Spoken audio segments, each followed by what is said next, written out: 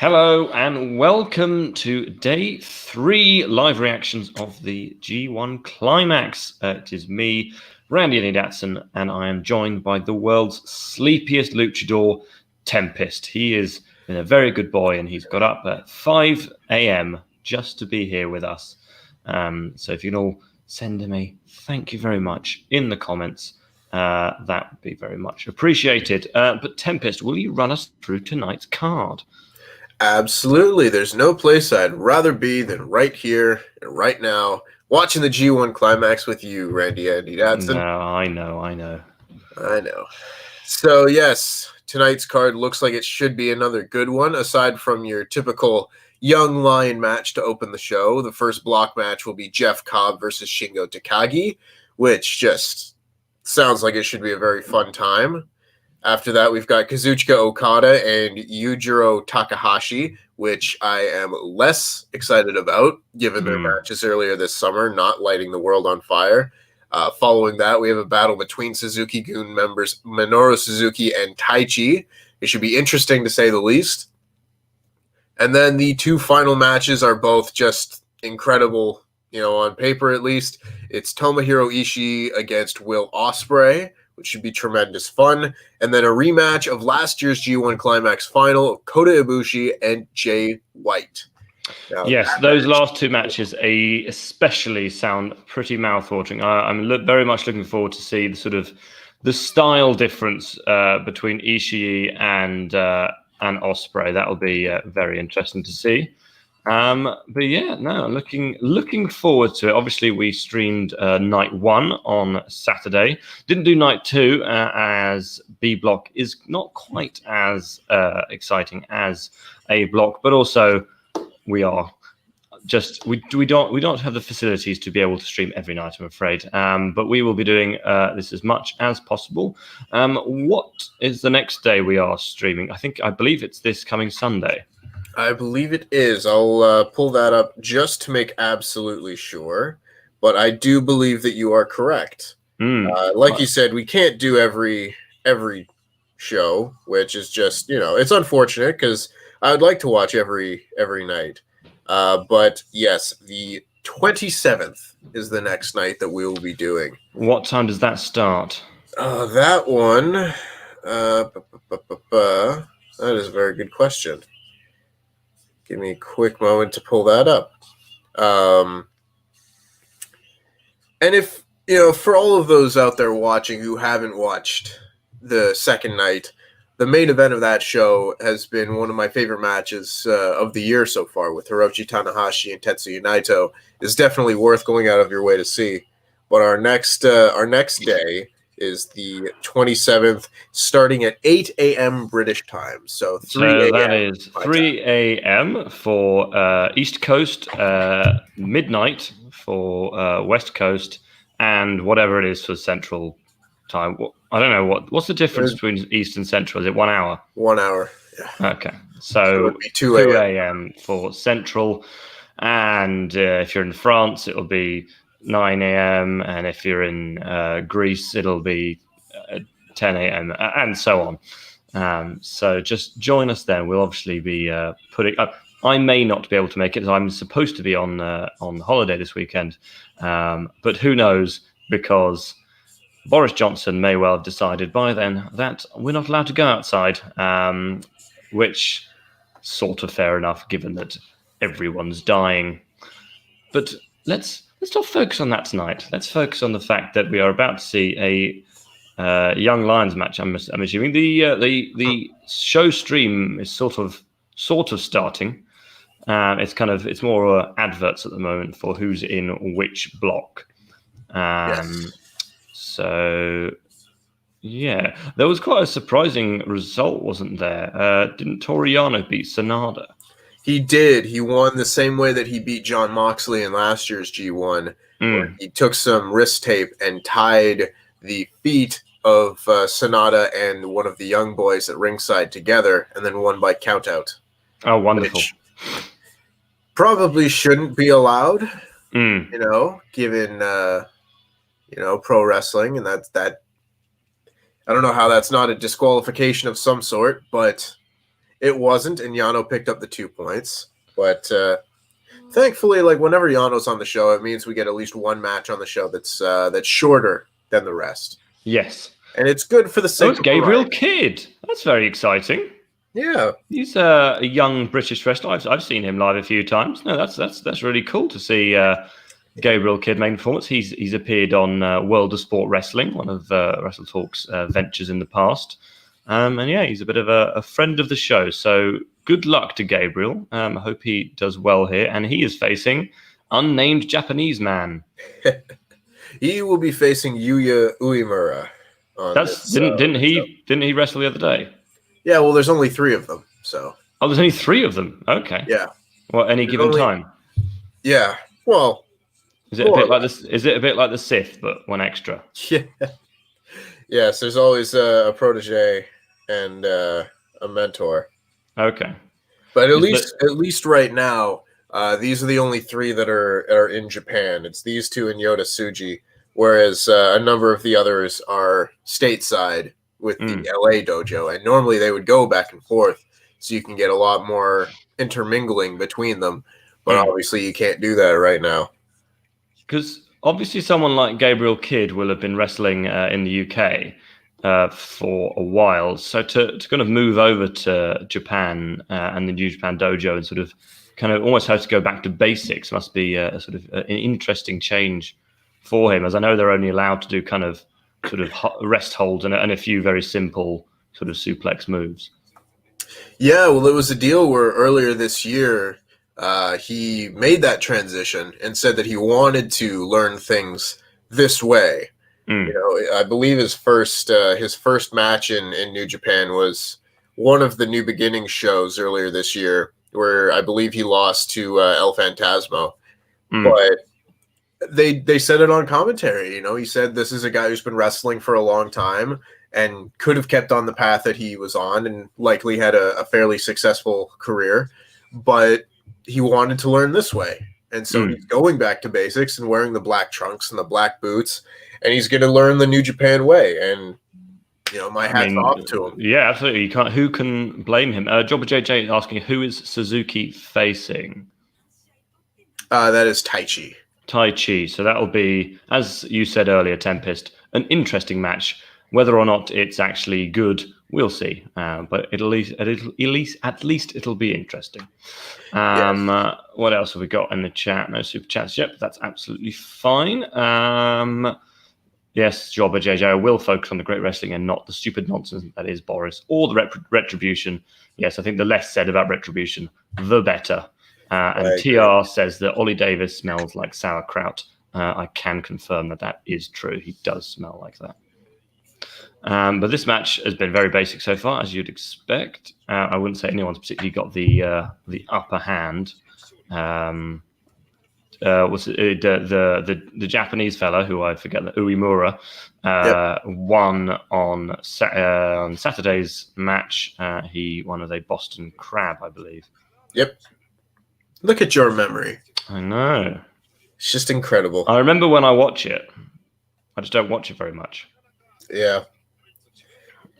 And speaking of things you can watch, ladies and gentlemen, of course, we have Quizzle Mania tonight at 9 p.m. UK time, 4 p.m. Eastern, 3 p.m. Central, and 1 p.m. Pacific. So you can join Tempest, who, of course, is our resident fact checker, for that, along with Adam Blompier as your host. Mr. Davis will be taking a well-earned week off, but he'll also be joined by Lukewarm Luke Owen, Pete, Corporate Chopper, Alex McCarthy, a friend of the show from the TalkSport, very lovely man, and our very own Louis Dangor, who has somehow bribed his way onto the show. Louis has asked me to shout him out on this. I played football or soccer with him last night, and was pleasantly surprised by his skills. So he wanted me to tell everyone that he is okay at football. So there you go. Done that, Louis. Hope you're happy now. It appears so far that Gabriel Kidd Turning to Dusty Rhodes for a second. Gabriel Kidd has taken the upper hand thus far in the match. With a few slaps. He's got a very sort of intense style. Oh, but Uemura hits a very nice drop kick. Right to the face. Who won the Young Lions match yesterday on the day 2, did you see? It was Yota Tsuji and not Gabriel Kidd.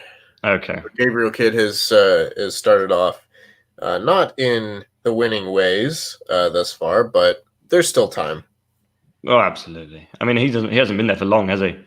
No, not particularly. And you're not there to pick up wins as a young lion. So are you? So there are only ever 3 like young lions, but like there are always lads at ringside. So are they young lions? There doesn't necessarily have to be just 3. Single-legged Boston Crab. There's only 3 right now because a few of the young lions that were kind of in this same class, people like Shota Umino and Ren Narita, they both went on their excursion last year, and new people haven't really come into that position. And then I think at one point there was like 4 LA-based young lions who were coming over for tours. They were Carl Fredericks and Clark Connors, Alex Coughlin, and another one that I can't remember the name of. But that was kind of the crew. There was like 8 of them, give or take. And you can have like a decent little round robin tournament when it comes to, typically the Young Lion Cup. But just given the circumstances of them not being able to come over here and Umino and Ren Narita still being over on excursion, it's led to only 3 of them. So I think we're going to say the same Young Lion match is quite a few times over in this tournament. I actually saw Shota Umino whilst he was on excursion over here. He wrestled for Rev Pro. I think he was in a very fun tag match. Oh, ow! Oh, goodness! Very stiff big boot from Gabriel Kidd to Uemura there. Now they have clearly been watching Ibushi against Suzuki as they are trading forearms and uppercuts.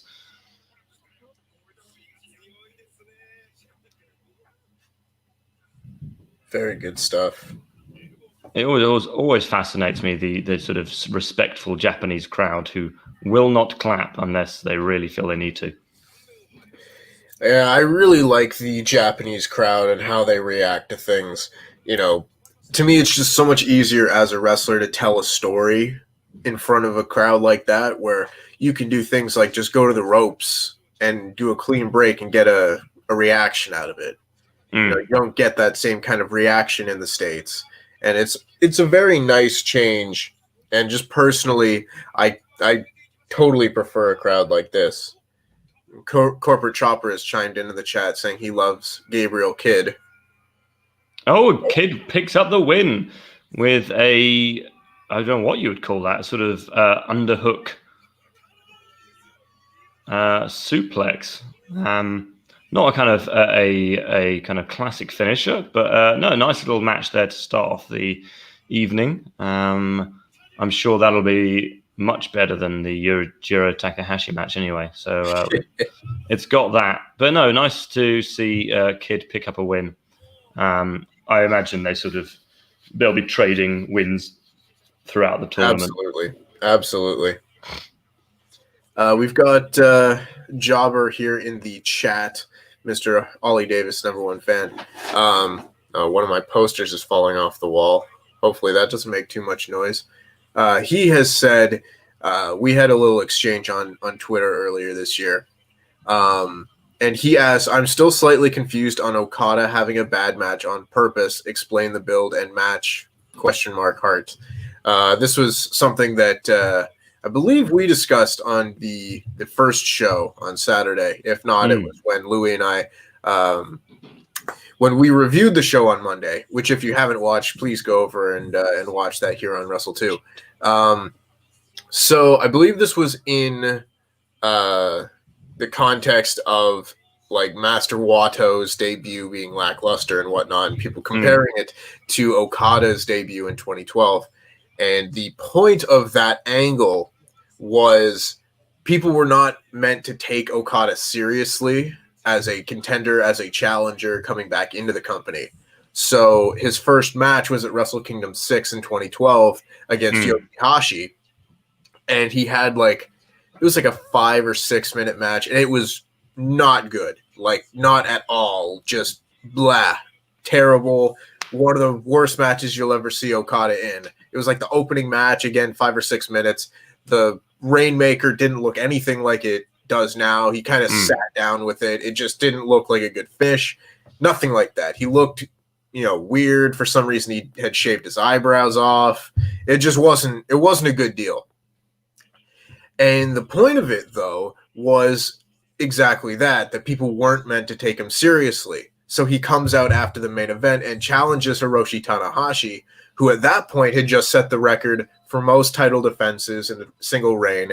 And at that point was, 400 days into his own reign. So he was the champion of all champions in New Japan. The way that people look at Okada now with his 2-year title reign, that's how people were looking at Tanahashi then as IWGP champion. So he comes out after that match, and they have a stare down, and Okada challenges him for this IWGP championship, and everyone laughs at him. Everyone laughs because he's just some loser geek that just had a terrible 5-minute match. What threat is he going to pose to Hiroshi Tanahashi? And so that was done on purpose, and Tanahashi kind of lightheartedly says, you're not good enough to beat me, but I like your gusto, kid. Sure, I'll give you a title match.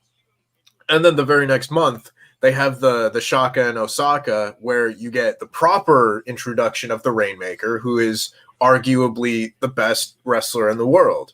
And he comes out and just decimates Tanahashi. They have a great match, but it's incredibly one-sided because it plays off of your expectations of him being this loser from his first match, when in reality, that's not the case. In actuality, he is wrestling's greatest prodigy, and he is now the IWGP champion, having beaten Hiroshi Tanahashi and ending this incredible reign. So that was kind of the mentality behind it at the time, to have people playing off of their own expectations when it comes to this guy that they have just seen debut and shouldn't be impressed by. It's supposed to shock the fans and Tanahashi in storyline.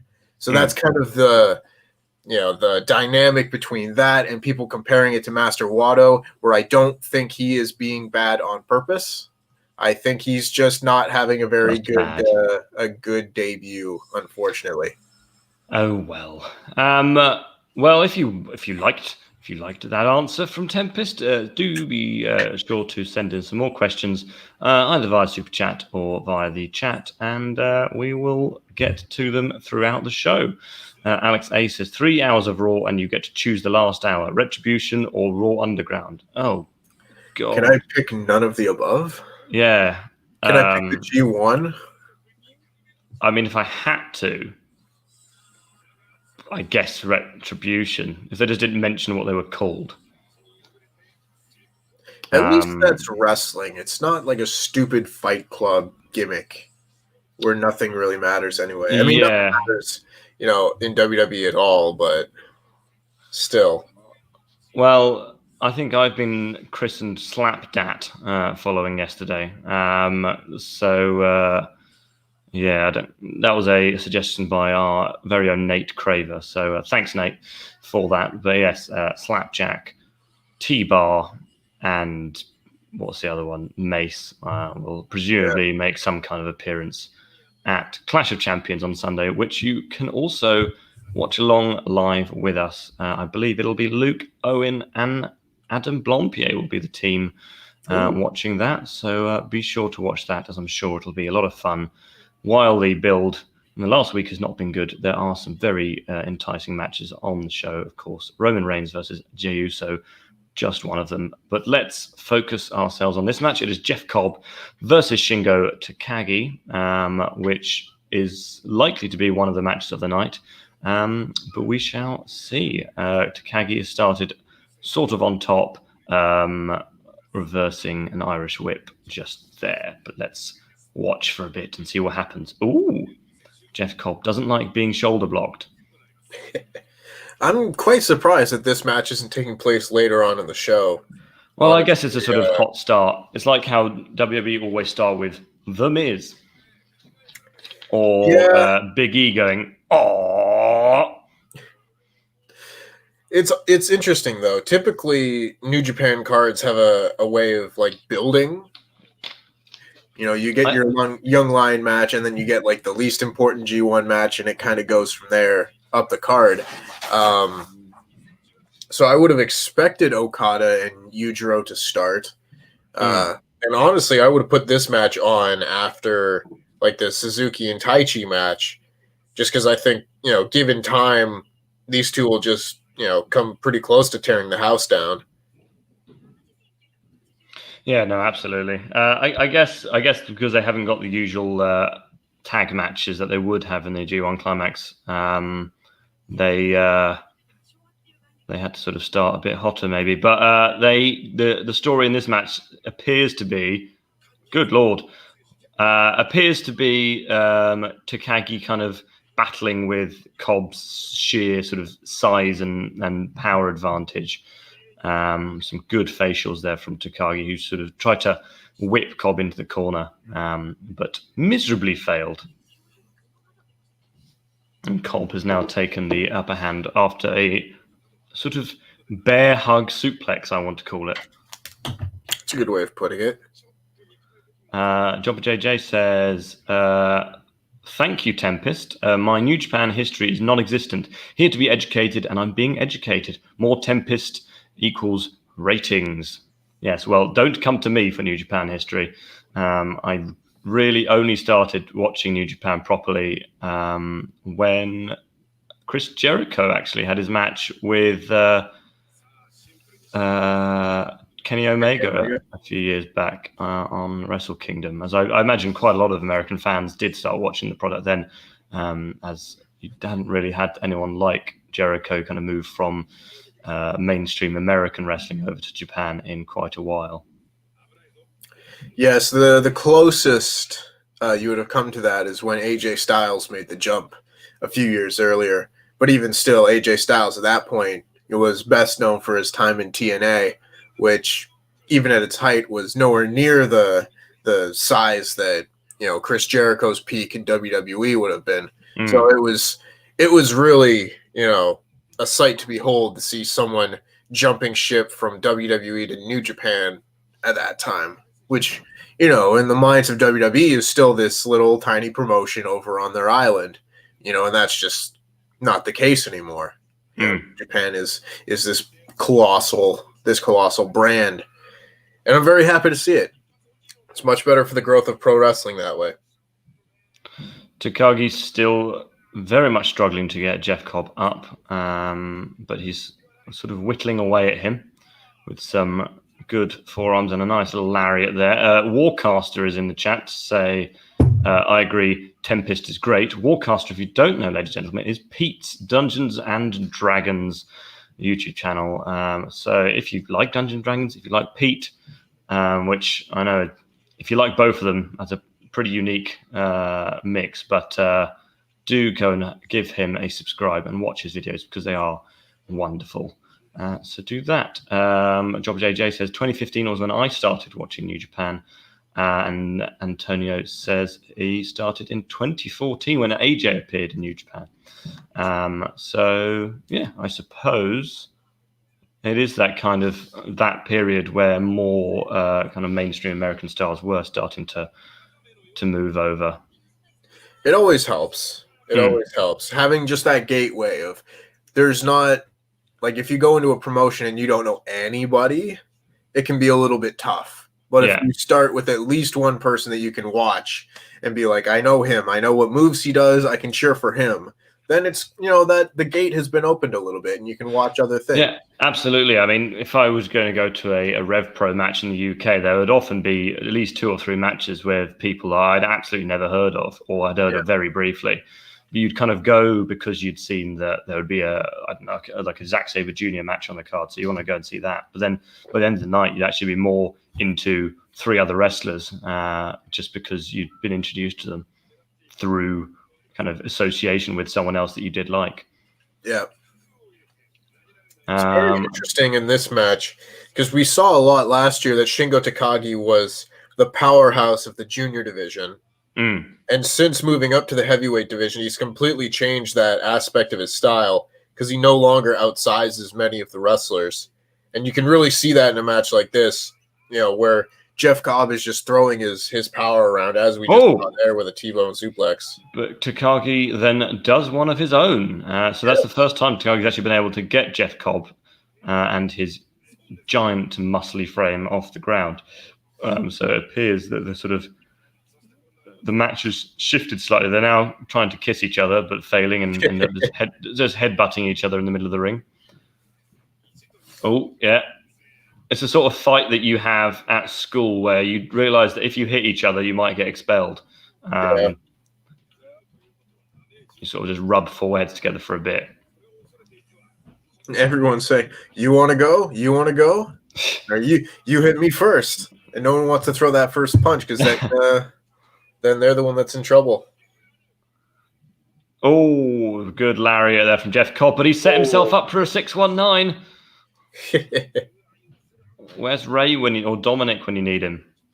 He's teaming with Humberto Carrillo. I'm actually in the WrestleTalk office right now, but I was here yesterday with Louis, and he would not shut up about how much he is in love with Aaliyah Mysterio. Oh, goodness. Well, it's a little more acceptable when he says it, given that he is also a child. Yes, they are both. Louis is 20 and Aaliyah, I believe, is 19. So I think we can forgive him that one. Yeah, they're remote or close enough in age, so it's not like Buddy Murphy being involved in a romance angle with her, and he's a 30-year-old man.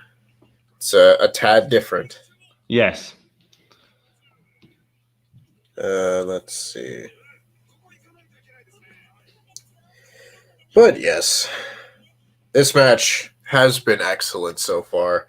I have to think that they're not going to be like trading finishers or anything like that. Yeah, I mean, on night one, if a finisher was hit, that was the end of the match. I mean, yes. Even in the match, like in a match you would expect to have a number of false finishes, like Okada and Ibushi. There was just he hit the Bumaye and pinned him. So it was a one finisher match. I mean, Okada, I don't think even set up for a single Rainmaker. So no, and I hope that's not a trend. I think it might be.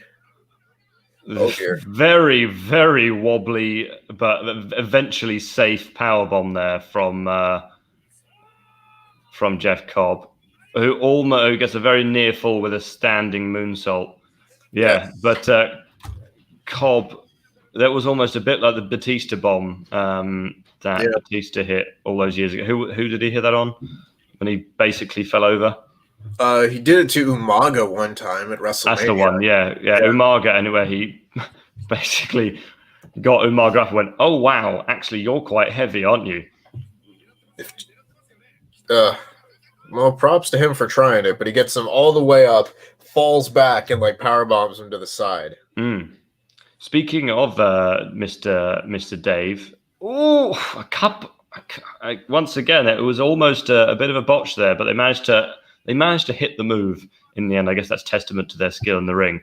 But speaking of Dave Batista, what a strange set of moves that Takagi is doing right now.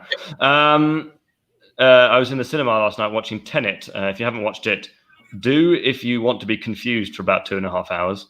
I still don't know what happened, and I've read about the film afterwards, and I still have no idea what was going on. But Batista is going to be in the new Dune movie I spotted, which I think a lot of sci-fi fans are excited about. So I know that's a bit of a cult hit. Oh, and I think Takagi has just hit. Got a near fall there with a Brian. What was that move? That move is called Made in Japan. It's very similar to his finisher, but not quite. His finisher is basically the same move, but he gets the little extra elevation by sticking his head underneath their midsection. It's kind of his setup move for his finisher. Like a falcon arrow. A little bit, yes. But it is interesting as Shingo, he's setting up for it now. Shingo Takagi appears to have the upper hand, although Jeff Cobb slips out of it. The dragon. Another shot, another elbow there from Takagi. It's become a bit of a slugfest now. You can tell both men are very tired. Again, these are the kind of matches that I really do enjoy, because you look at these two guys and you know that they're both really tough. You know, it's sort of like the Ishii Suzuki match from the first night, but still different because neither of these guys are the same as either of those two. But you still get that feeling of, you know, these are two legitimately tough, you know, guys. Oh, he's going for Tour of the Islands, and he's hit Tour of the Islands. And he's picked up the win. So there's Jeff Cobb's first victory, but Shingo Takagi falls to 0-2 in the first two nights. Wow. Well, will it be a comeback story? Someone's Marco Tallon says, I don't believe Okada's hit a Rainmaker since lockdown started.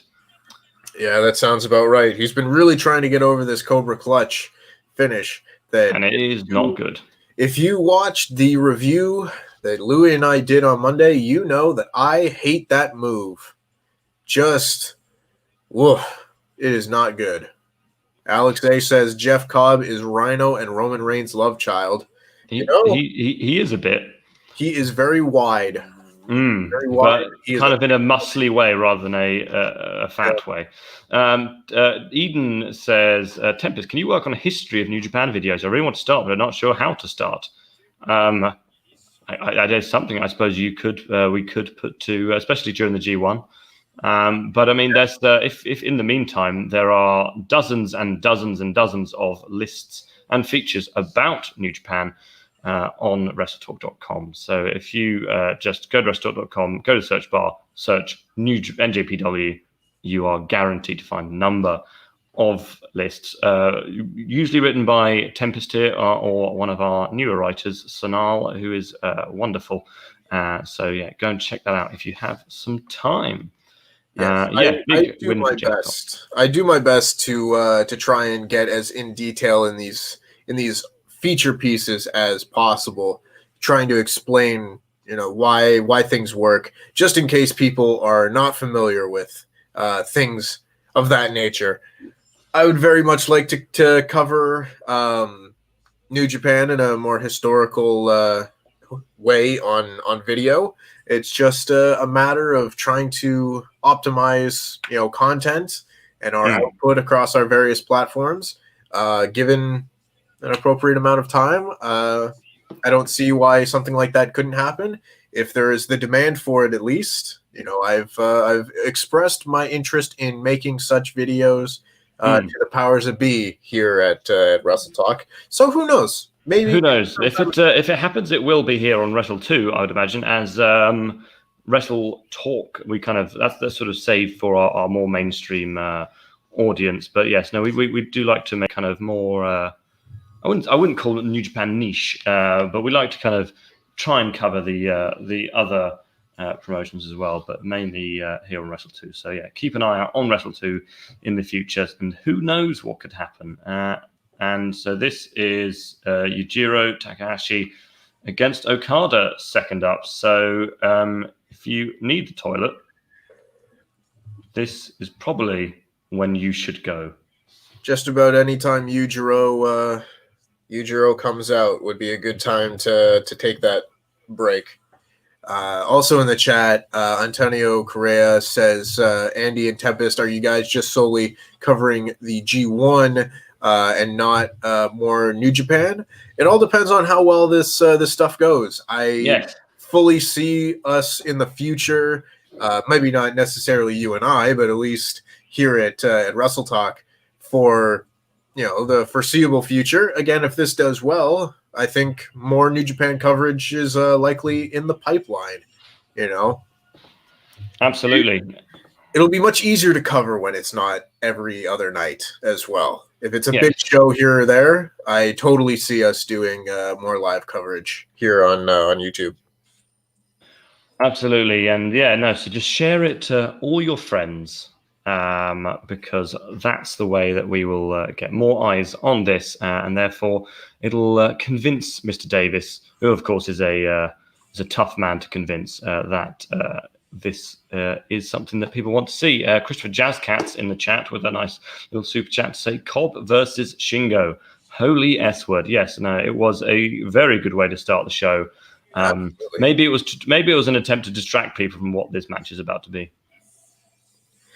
Yeah, I'm not terribly excited for this. You know, I had said earlier this year that that Okada might be able to pull a good match out of Yujiro Takahashi, and then they wrestled and it didn't happen. So I don't have a whole lot of faith. Give me the history of Takahashi. Has he always been bad, or I mean, what's his story? He hasn't always been bad, but it's been a long time since he was good. You know, he was a much bigger deal years ago when he defected from Chaos, Okada's faction, and joined Bullet Club back in 2014. It was a really big deal, you know, to see. He was the first Japanese member of Bullet Club. He helped AJ Styles win the IWGP Heavyweight Championship in his first match. And they had matches based on that. You know, he had a really good match with Hiroshi Tanahashi for the heavyweight title one time.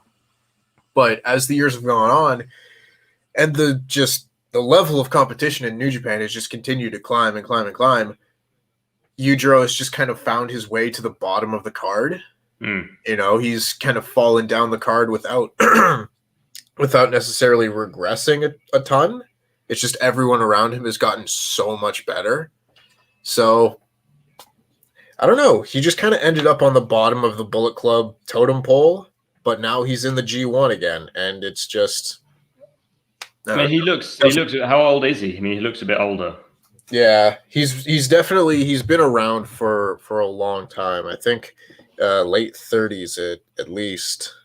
The internet told me that he is 39. I was going to say... late 30s is bang on as you can be. Yep. So, yeah, I mean, there are people in this tournament that are much older than he and also much better. So, I don't want to give him a pass just because he's on the much closer to 30 or much closer to 40 than he is to 30. But still.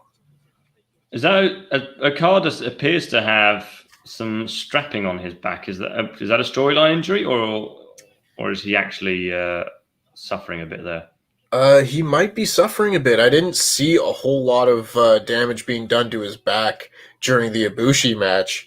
No. And he obviously hasn't wrestled since then. So maybe he's got a bit of an ailing back. I don't know. I hope not, because I would much rather see a healthy Okada during this tournament. And it's still early, of course. We had a few chats here from Valab Mehmed.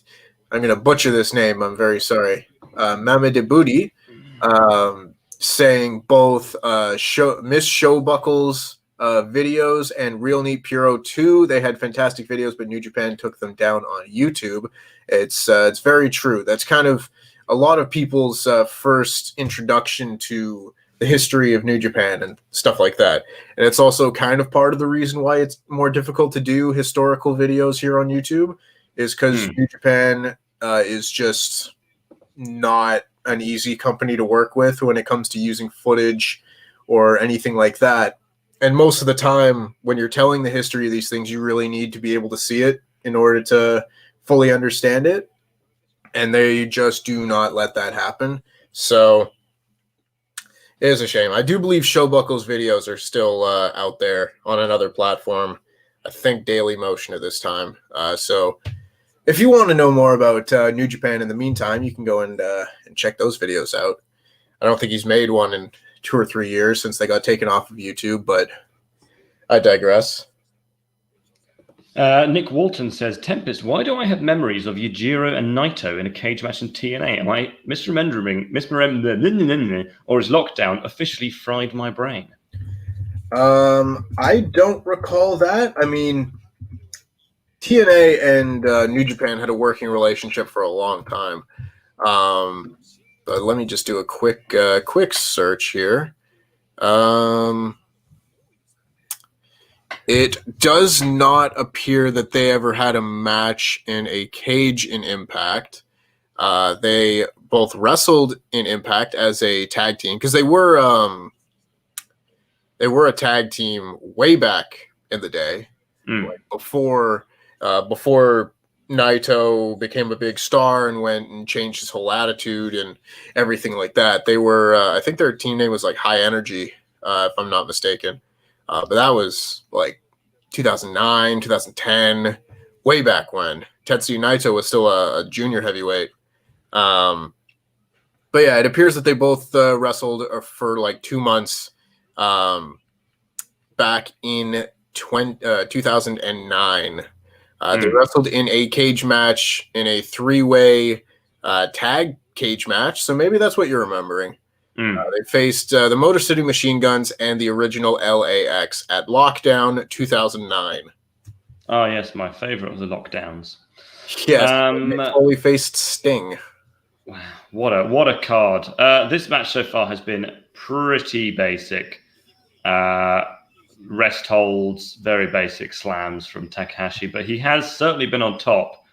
It feels like he is targeting the back of Okada. Not necessarily the bit that's strapped up, but that's possibly because they really shouldn't try and injure that bit if he truly is suffering there, which he appears to be. But as you say, he's trying. I guess he's trying to. Maybe the story that they're telling is that he doesn't want to be using the Rainmaker, but at some point he's going to have to whip it out if he needs to overcome someone. I hope so, because the Cobra Clutch is just not an exciting finish. Especially for someone as kind of physically dominant as Okada. Yes, exactly. And Antonio Correa has chimed in that it's No Limit as opposed to High Energy. That is correct. That's the team name of Yujiro and Tetsuya Naito. So I do apologize. I stand corrected.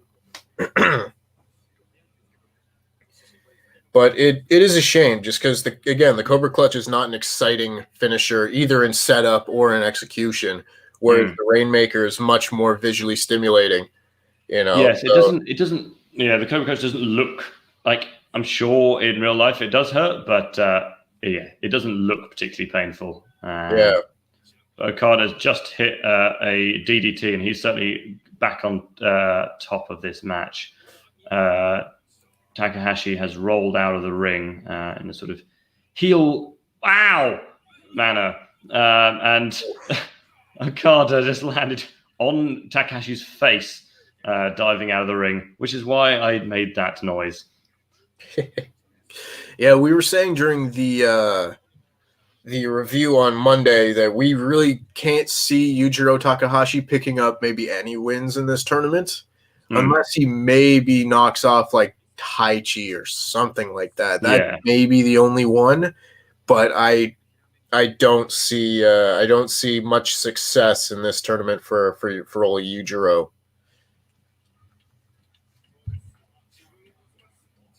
Dynasty 215 says that he was at the Lockdown show, so you got to see Mick Foley win a heavyweight championship. Congratulations! Bang bang. Oh, looks like I'm not going to pull it down, but I do have a trio of Mick Foley autographs just above me here. Who doesn't? I mean, I've got lots of things in this office if I need to show off, Brian. I've got the World Heavyweight Championship there. I've got the No Rods Bars Championship there. WrestleTalk other things. Probably some skin flakes from Ollie Davis. Who doesn't want that? Now you're really showing off. I know.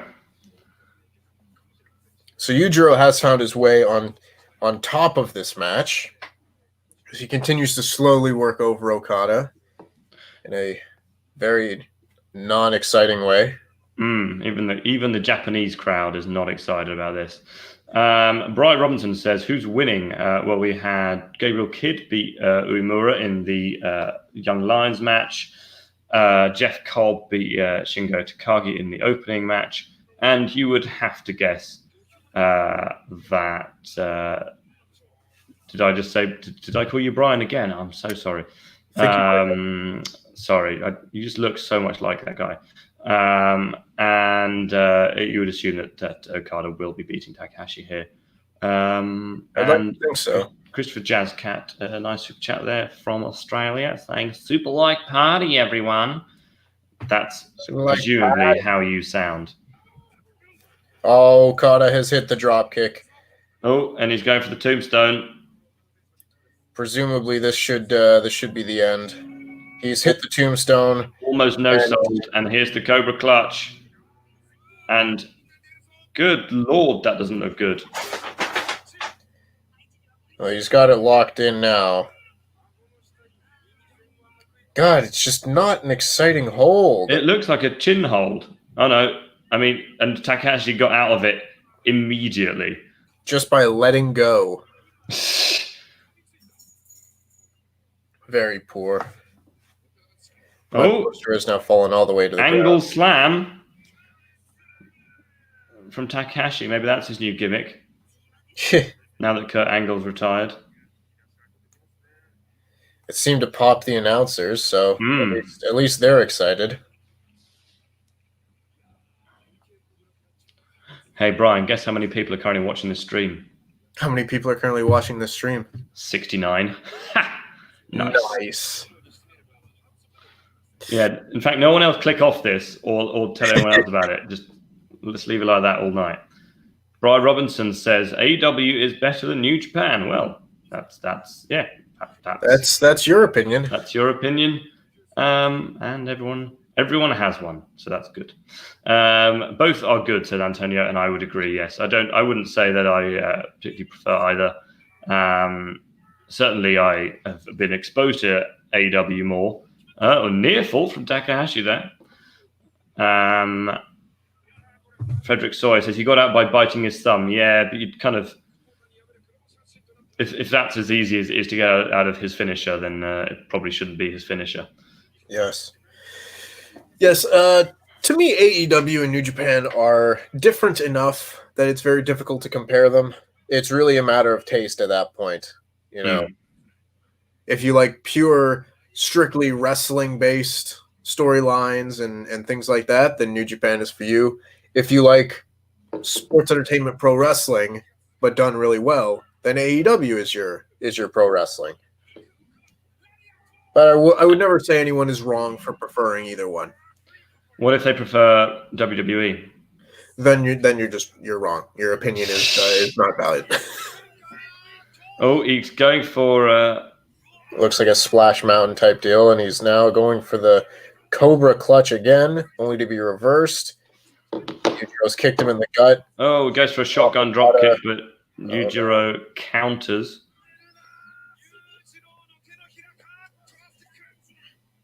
This has turned into a decent little match.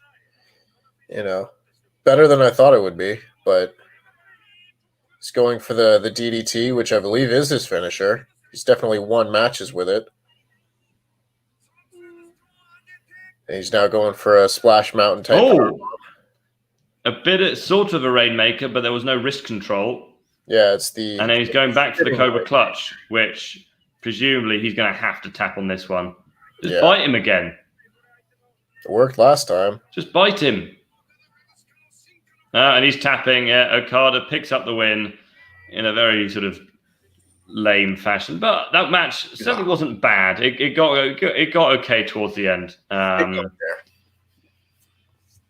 And we are back to 69 viewers, which is nice.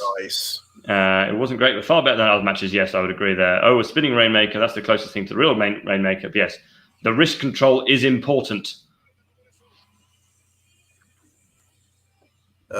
Bry Robinson says getting salty towards TNA for their booking of Okada is ridiculous. He was unknown back then, and it's hard for an English-speaking wrestler to get over in the West. That is simply not true, sir. When you have someone who's the best wrestler in the world, in ring at least, you don't need to book him as a racist stereotype. No, and we saw that in NXT. I mean, look how over Asuka got. Look how over Kairi Sane got. Look how over Shinsuke Nakamura got. Kenta to a degree. Yeah, just book them well, and they don't have to speak. They can let their actions do the talking. But again, Bri, it is absolutely you are more than welcome to have that opinion. We are not going to tell you you're wrong for that. I mean, on the matter, I will just kind of point to Vince Russo, who booked all that, has very publicly made like racial comments against wrestlers of other places, and in terms of his booking of them. So I don't think it is too far out of the line of thought to think that they did a bad job with them. No. Let's see who is up next. Oh, looks like they're having a bit of a drinks break. People are heading to the toilet, so if you want to do the same, do that. But if you are watching and you want to just leave us a question about whatever you like, but probably about wrestling, then do so, and I will. We will do our best to answer them. Bryce said, like I said, Okada wasn't over because he was unknown, and he wasn't one of their contract superstars. They can't push everybody, and yes, that's absolutely true. But the way they did push him, I think, was the issue. Yes, you don't. No one's saying put the belt on him. You don't make him TNA heavyweight champion or anything. But at the same time, you don't necessarily need to give him a racist gimmick and make him a caricature of an old Japanese TV character just because he's from Japan. If you just let him go out there, have good matches, put him on the second show, even if you need to, put him on Explosion, just have him wrestle good matches and learn. That's all people are asking for. Just don't be a racist. Should be a low bar for everybody. That's easy to do. Christopher Jazzcat says Adam's video on what would happen if Vince retired just sounded like he wanted WWE to be more like New Japan. I hear that a lot. Where are those people? If that's what they want, why aren't they watching? Well, they may well be watching. It is 6 o'clock in the morning for a lot of Americans who do make up the vast majority of our audience. So do not blame them too much for not watching right now. I'm sure they'll be catching up on this later. But yes, do head over to Parts Unknown if you want to check out Adam's video on what would he do or how he would book Vince's retirement death angle. So yeah, go and check that out. It's a very good video. I watched it this morning. It is very good. And I don't necessarily think that he wants WWE to be more like New Japan per se. I think he just wants what happens in the ring in WWE to matter. And if that is more like New Japan, then I guess it's correct. But that's more just a commentary of things mattering in New Japan, and I don't think that's exclusive to New Japan. No. I think that New Japan just does that very well. I mean, look at AEW's ranking system. That proves that results matter. Yeah, and I mean, you can argue one way or the other on the actual rankings, but that if you get a big win in a company like AEW, you'll probably be in pretty good shape. And that's what I used to like about WWE back in the day. Like, if you got a big win on pay-per-view, odds are it would mean something going forward. Like I thought 2008 was a really good year. Is when I started watching wrestling and WWE in particular.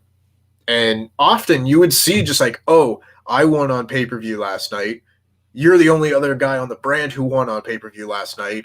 We are clearly the top two contenders. So now we will wrestle to see who's going to wrestle for the title. Stuff like that is very easy to book. The people that win move up. The people that lose move down. It's a very simple concept, really. But it's difficult when you're tearing up scripts at 6 p.m. on Monday for Raw that's going to go live in 2 hours. Absolutely. We got some people. We got 138 says it's 3 a.m. in LA for me. Well, thank you very much for joining us. That is commitment to the cause. RHPW Wrestling says 6:23 a.m. in the Bronx. So yeah, thank you to both of you for watching. Marco Talent having a bit of an easier time because it's 6 p.m. for him in the Philippines. So yes, of course, you're very close to Japan where you are. Hope you are enjoying the show and our stream. And yeah, Bry back in to say, what for you mean they didn't treat him well? This is wrestling. Nobody's entitled to anything. Absolutely. We are not saying anyone's entitled to anything. We're just saying we would have liked to have seen this level of Okada in Impact as obviously he's shown what he can do in New Japan. So it just would have been cool to see that. And we're not suggesting that anyone is entitled to anything. No. And that's an important distinction to make. You know, it's not like, oh, just because he's there doesn't mean that he deserves to be pushed. I think that's a problem that you see in WWE these days, that there is a mentality that if you're there long enough, you're entitled to a title run of some sort, you know, just for being there and being a good soldier and whatnot. And that's not the case. But in the case of Okada, you have someone who is very clearly a top talent waiting to happen. And again, you don't need to push him to the moon or anything like that. Just don't give him a racist gimmick. Just let him be a good wrestler. And if the problem is that nobody knows who the guy is, then you tell them who he is and give them a reason to care. That's your job as the booker in order to do that. So if they don't know, you tell them, but you don't tell them by being a racist caricature. Yeah. It's, you know, I think that part is pretty simple. Racist gimmicks are bad. And I don't think anyone should argue that point. No. We got lots of people from around the world. We got 5:25 a.m. in North Dakota from Phil B. TR says it's 7:23 where I'm in Tokyo. Well, TR, in that case, could you tell us what happens in the future, given that you are 8 hours ahead? So just let me know how today goes, just so I can be prepared for that. We've got Jack Dempsey in Tunisia. Well, I don't know whether you're on a holiday, but or whether you live there, but I hope you're having a nice time in Tunisia. I wouldn't say Jack Dempsey is not the most Tunisian name I've ever heard, but who knows? I don't know anything. Don't be South Australia, Christopher Jazzcat. Well, that's where you are. Well, I hope you're enjoying the show. I briefly lived in Australia when I was a young child. I lived in Sydney and Canberra for about 6 months. The Zorni says it is 12:28 in Germany. Yes, well, that is 12:28 p.m. So go and have your lunch, the Zornis, while you watch Sexy Tanahashi advertise some T-shirts. Someone had asked, Jobber JJ asked, how long was Okada in TNA? He was in TNA from about spring of 2010 to spring of 2011. So about a year. And he's best remembered, or perhaps worst remembered in this case, for being a knockoff of the Green Hornet Japanese character Kato, where they called him O-Kato instead of Okada. So boo to that. And we had another one here say, if it were just about being there would make you a champ, Goto and Ishii would have had to run with the title by now. Instead, they're just nearly men. I think that's a perfect example where I really like the idea of that kind of level of talent being the threshold, you know, like not everyone gets the title, and that's why it's important. You know, the exclusivity of especially the IWGP Heavyweight Championship is what makes it worth having. That if you get that title, you can stake your claim to having been one of the best wrestlers in the entire world. And even if you are one of the best, like Ishii and Goto, sometimes that's not enough. We've got some other countries in here. South Africa, 1228. Jack Dempsey says, yes, he's not Tunisian. He just works here. Well, that's what I thought. McShuffin says, 628 here in Boston. Is it too early for a beer? Of course not. Turn up to work drunk and just explain to them that you're watching Japanese wrestling and they'll be fine with it. Strong Force says 4 p.m. here in India. Well, welcome from India. Strong Force, tell me, who do you support in the IPL? I'm just assuming you like cricket. You better support Chennai Super Kings. Brian Robinson says that he didn't know that Portugal and the UK at the same time. Like, yes, they do. It's sort of London, Lisbon, Dublin, that kind of line there. Future Raw Underground still sucks and Retribution stinks. Oh, thank you, TR, for updating us. Raw is unwatchable, yes. Well, at least nothing's changed, so I'm not going to be shocked by anything. And back to the show. It looks like it is Taichi against Suzuki to resume us here. So let's see how this is. As you said earlier, this match might be interesting. Yes. Anytime you see guys of the same stable wrestling in the G1, I'm always intrigued by it and what we might see. You know, there's not going to be a ton of it in this tournament. You know, you've got a ton of people that are in Chaos all wrestling. But I mean, Chaos to me is still just like a very loose kind of faction with a bunch of baby faces. You know, just kind of, some of them have more to do with each other than others. But when you've got like Bullet Club guys wrestling each other, or Los Ingobernables guys wrestling each other, or in this case, Suzuki-gun wrestlers facing each other, I find it much more interesting. And Jason Walsh asked, what do you think the reasons are for New Japan Pro Wrestling not translating over to the North American Euro market? Well, I'll tell you one thing. Waking up at 5 in the morning to watch their shows. People can't really do that, you know? Especially today, it is a Wednesday. It is not the easiest day. You can't. I mean, actually, maybe some people do, but I don't think a lot of people would take an entire day off work just to get up early for this. For me, this show started at 10:30 a.m., so it was actually perfectly okay after I'd helped Pete write the news video, so that was absolutely fine. Will Okada ever sign a WWE? Says all in one channel. No, I hope not. I know they wanted him a while ago, but he shouldn't. No. I don't see why he would, given what they've done to most Japanese wrestlers who go over there. Let's have a look. Yes, Christopher Jaska says Taichi go home. Yes. Let's not be too mean. I'm not a big fan of Taichi, I have to admit. Especially how he's so good at singing without moving his mouth. He also looks like a strange bird of prey. Looks like one of those cats with the flat face. All in one channel. Kings 11 Punjab. I'm afraid you've picked the wrong team there for my friend. We're talking about Indian cricket here, Brian. I guessed that. I don't know much beyond that, but I was able to infer. I'll tell you one thing. I cannot wait for the first Minoru Suzuki entrance when things go back to normal. As Christopher Jazzcat just chimes in, Kaze ni Nare. Precisely. Absolutely. Hey, Brian, what is your favorite Indian... hey, Tempest, what is your favorite Indian cricket team? Is it... I check the private chat.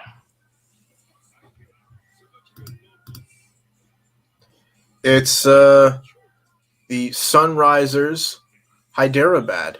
Yeah, I thought that might be your favorite team. Yeah. They're a good bunch of guys. Absolutely. Am I the only Suzuki mark here? Says Phil B. I don't think so, Phil. I think pretty much all of the nearly 100 people watching are Suzuki mark. Oh, but they are immediately going at it. See, this is much more interesting now. They're just kind of, they are going, screw social distancing. I'm going to touch your face. Wow. Wasn't expecting this. This is very angry. and Minoru Suzuki laying in some barely connecting forearms there.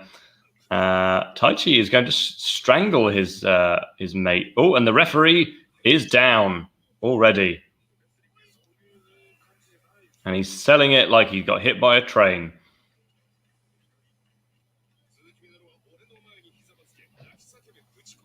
Very intrigued by this. Yes, they've just kind of been grabbing each other by the face. Which you shouldn't do, everyone. No. Don't touch people's faces. No. I was with my girlfriend yesterday, and without thinking, as you do with your romantic partner, I touched her face when we were outside for a walk, and she berated me for doing so, which is fair enough. Don't touch people's faces. Oh, the odd one out here is a Taichi mark, eh? Says Frederick Sawyer. Yes, I think you probably are the odd one out. But that doesn't mean you're wrong. It just means you're weird.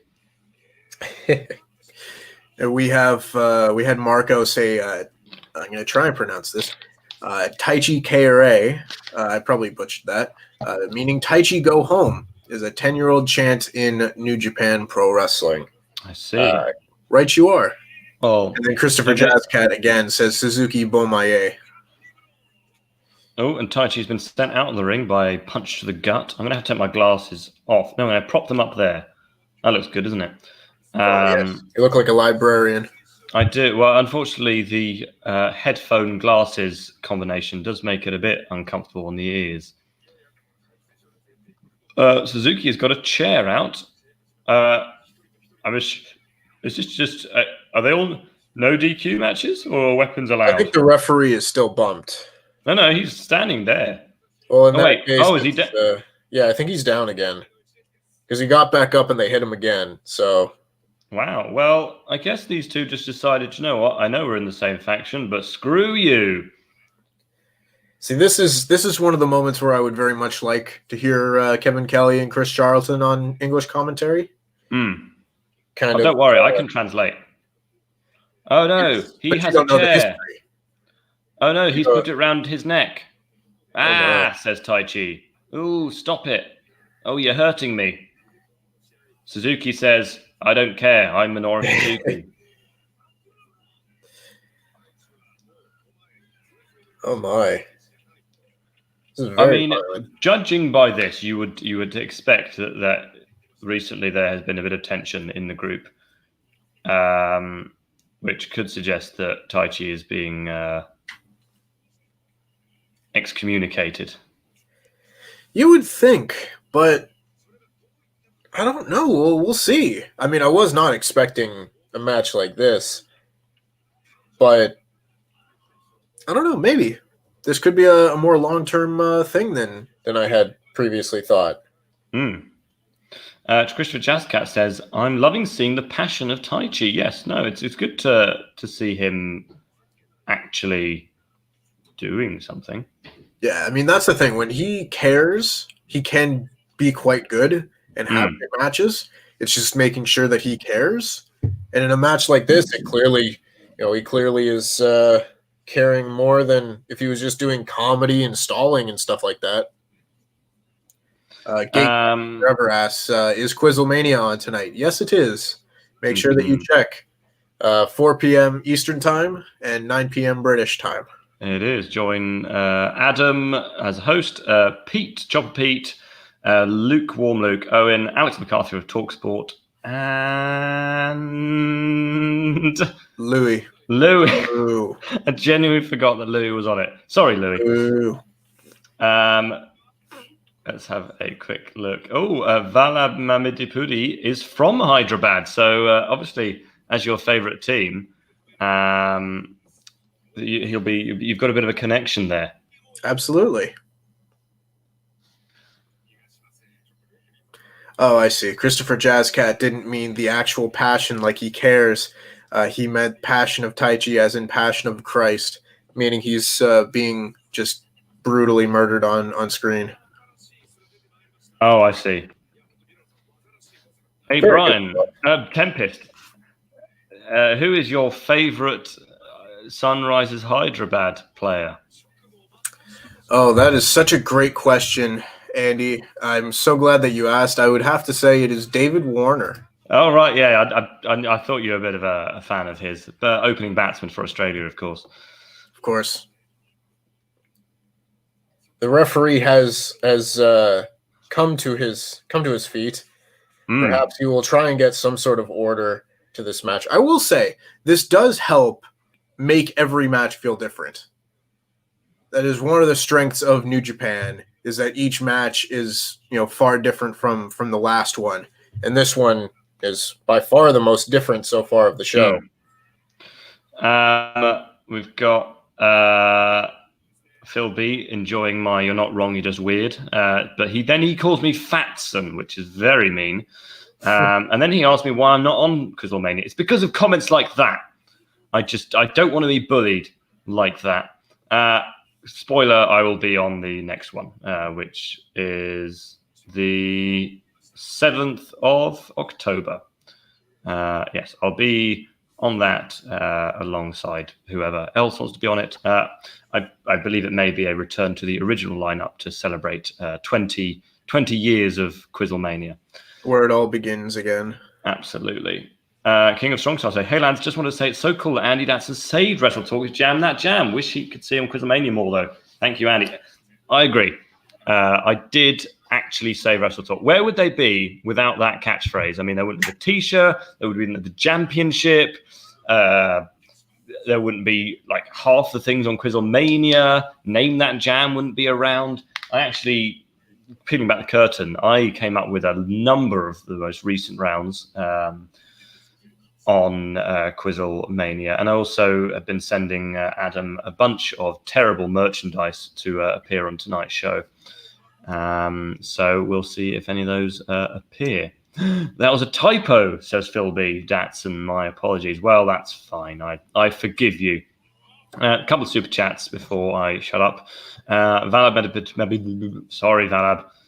Midipudi says, by the way, I should have mentioned last match, but the only reason that people have ever looked forward to watching Yujiro on a card was for Peter. That's his valet. I thought so. Yes, possibly.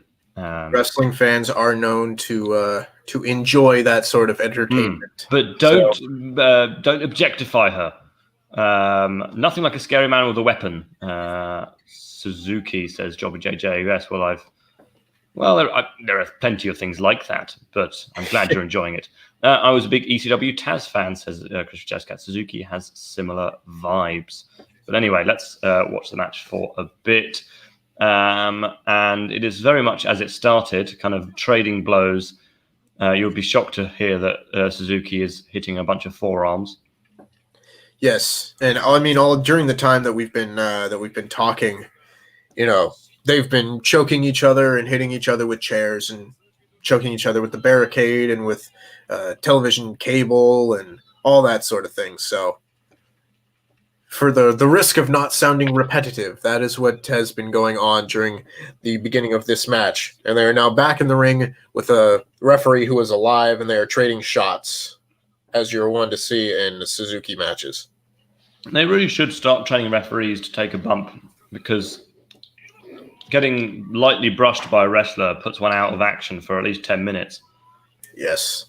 Well, it's not quite as bad as when Mike Chioda took like a punch from The Undertaker at WrestleMania 17 and then lay on the ground for about 15 minutes. And then managed to somehow crawl back into the ring just for the pin. Just for the pin. The most egregious ref bump I've ever seen. Christopher Jazzcat says those are the worst Kawada kicks I've ever seen from Taichi. You're not wrong.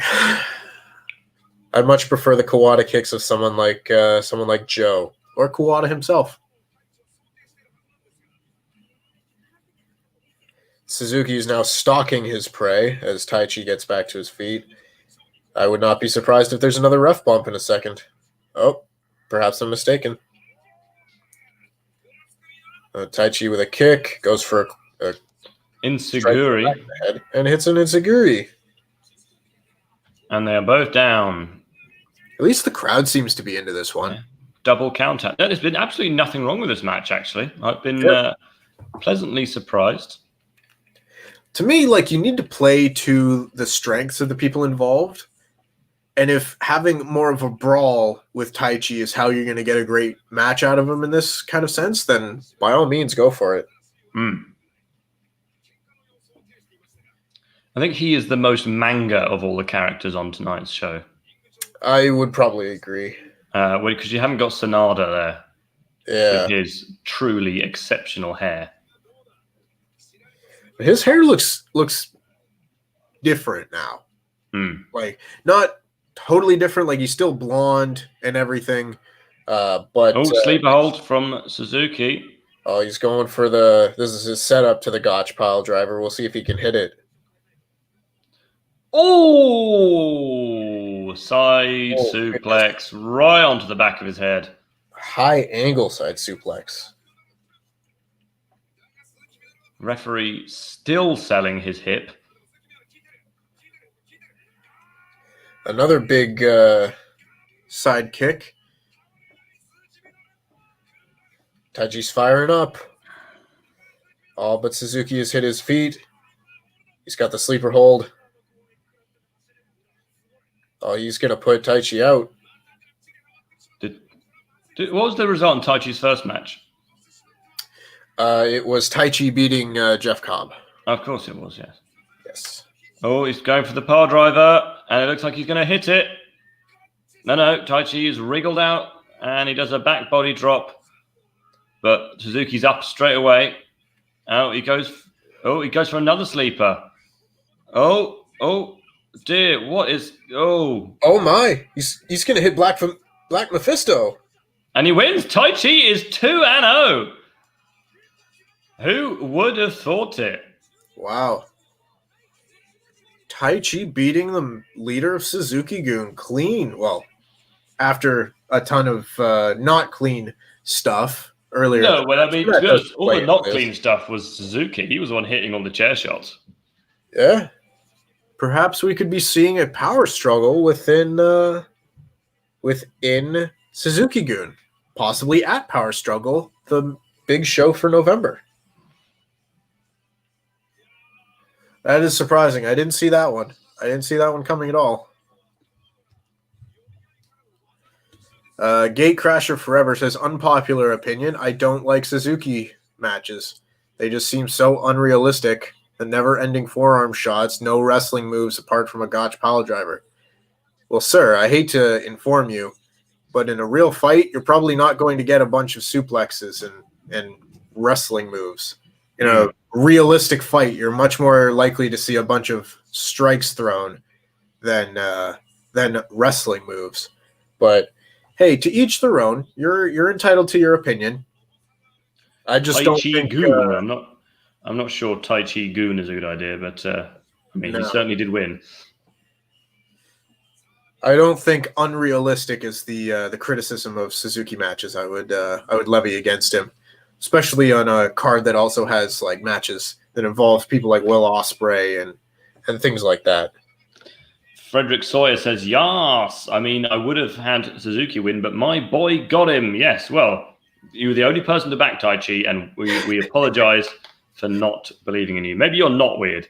Marco Tanner says, history lesson. When Minoru Suzuki returned to New Japan in 2011, he did so by usurping the Kojima-gun faction at the time, made up of Satoshi Kojima, Taichi Taka Michinoku, and MVP from Kojima. That is 1 out of 2 messages. I'm assuming that the second part of our history lesson is coming now.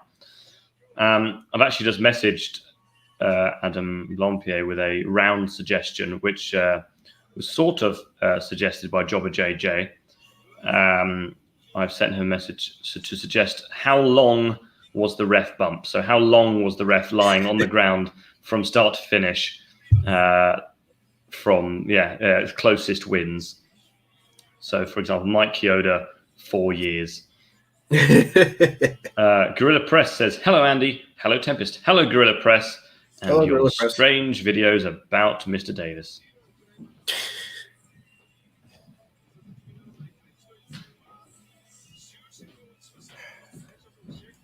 Wow, he's clearly deep in thought after defeating his leader. It's very interesting. You don't usually see the middle of the pack members of a faction defeating the leaders in these type of matches. No, and I wouldn't say he cheated either. It was a genuine, like, apart from the start, a bit of a palaver at the start, it was pretty clean. That's very interesting. Like, maybe this is Taichi's year. Taichi is going to win the G1 Climax. Is that an official prediction? Absolutely. I'll hold you to that. It looks like up next is Ishii versus Osprey in our sort of joint, almost main event, I would say. This should be an absolute corker. Job JJ, yes, we are saving WrestleTalk and Quizzlemania with our ideas now. Market Talent says that was the birth of Suzuki-gun, which happened when Taichi and Taka turned on Kojima to side with Suzuki. Taichi was then a ring man for Suzuki and is now the top 2 heavyweight in Suzuki-gun. Well, thank you for your history lesson. Much appreciated there from the Philippines. Keep filling those peens.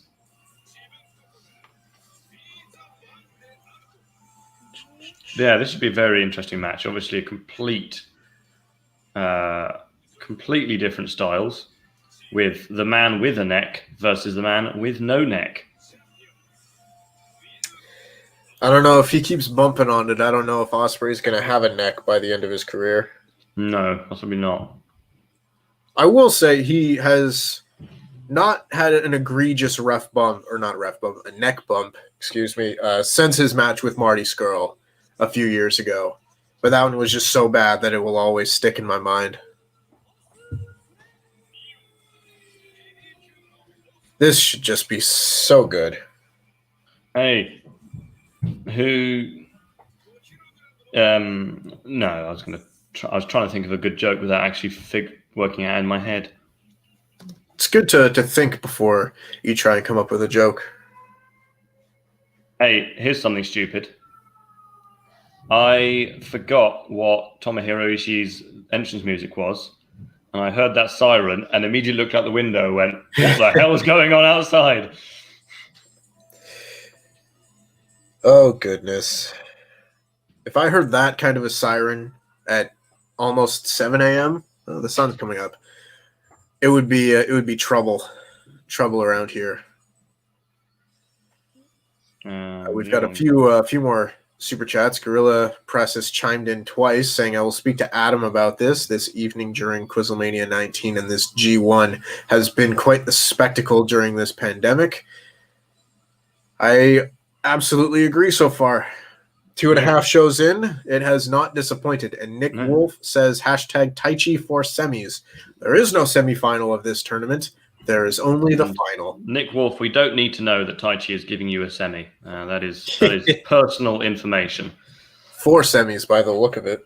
4 semis, wow. That's even more impressive. That's in fact, that is 2. If you get 4 halves, that equals 2. That's bad. Goldberg should face Will Ospreay, because Will Ospreay would go, who you want to fight? And then he goes, you're next. That was the joke I was going to tell earlier, but I couldn't quite figure out how to tell it.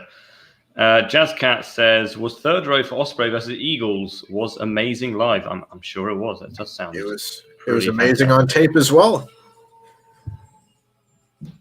I'd like to see more of Robbie Eagles in matches like that. You know, especially considering there wasn't a best of the Super Juniors this year. I would definitely like to see guys like that have a chance to do something, in the near future. Gorilla Press agrees with you and says that if he heard a siren like that, he would also be incredibly worried. Is it something particularly Canadian? I don't think so. I don't know that I've ever heard just an air raid siren outside my window. Perhaps that would make it even more frightening if I did hear one. Thankfully, I wasn't alive when that was a particularly common noise in London. But they are trading blows here, but Osprey is showing off that he's put on a bit of muscle bulk over the past few months and takes down Ishii with a shoulder block and is now trying to shake hands with Ishii. A bit of a heel move, sort of chicken poo heel. Yes, they are in the same faction as well. Although I don't think Osprey and Ishii have ever had too much interaction with one another. Oh my, sorry. Oh, this is good. This is good stuff already. I genuinely thought Osprey had misjudged that and was going to land right on top of his head, but he managed to flip round onto his feet. They're now slapping each other.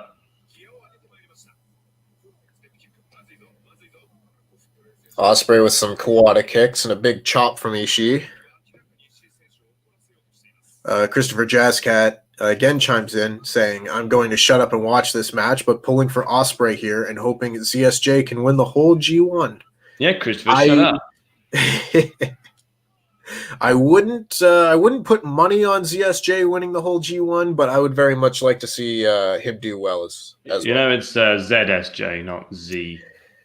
I know, but it just flows so much better. I also say Zed as an educated Commonwealth member.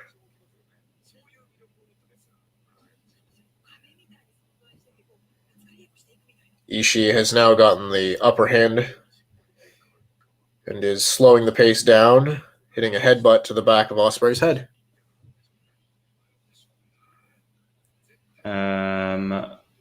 Romania round says King Kong Strong Style. What happens next? Describe what happened during a match or segment. The first one to buzz in says what they think it is. Play a GIF after showing it. No, that's another good idea. Send it into admin@wrestletalk.com if you want to suggest some rounds, because that's how to get to Adam. They kind of did that the one time when they did, like, I think it was like what botch happened next. Possibly, yeah. They did like the debut of the Shockmaster and of course, things like that. And Frederick Soy says, since what happened came out, the magic is not here for me for Austrian matches. So talented and so talented. Well, let's just say that everything was very much alleged. There's been nothing said either way. So, yeah, absolutely. Well, you can have your thoughts on that. We're not going to speculate on that here. Yes, regardless of whether things happen or don't happen or whatever may have happened, be excellent to each other. Absolutely, that's the best advice you can kind of take. And if you want to be excellent to us, share this video with all your friends. Yes, and tell them how great this is, so that we can keep doing this. And also tune in tonight to Quizlemania, and you will be Ishii has hit a big suplex. Be lots of people being lots of. I can't even talk. Let's just watch the match. Absolutely. Ishii is now on top. He is now sort of playing the heel, giving Osprey a few kicks to the face.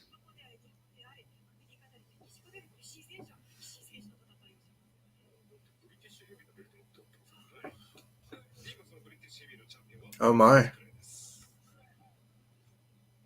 What's going on with the stream here? Is there something wrong? I think certain someone may have tried to pop in very briefly. Who was that?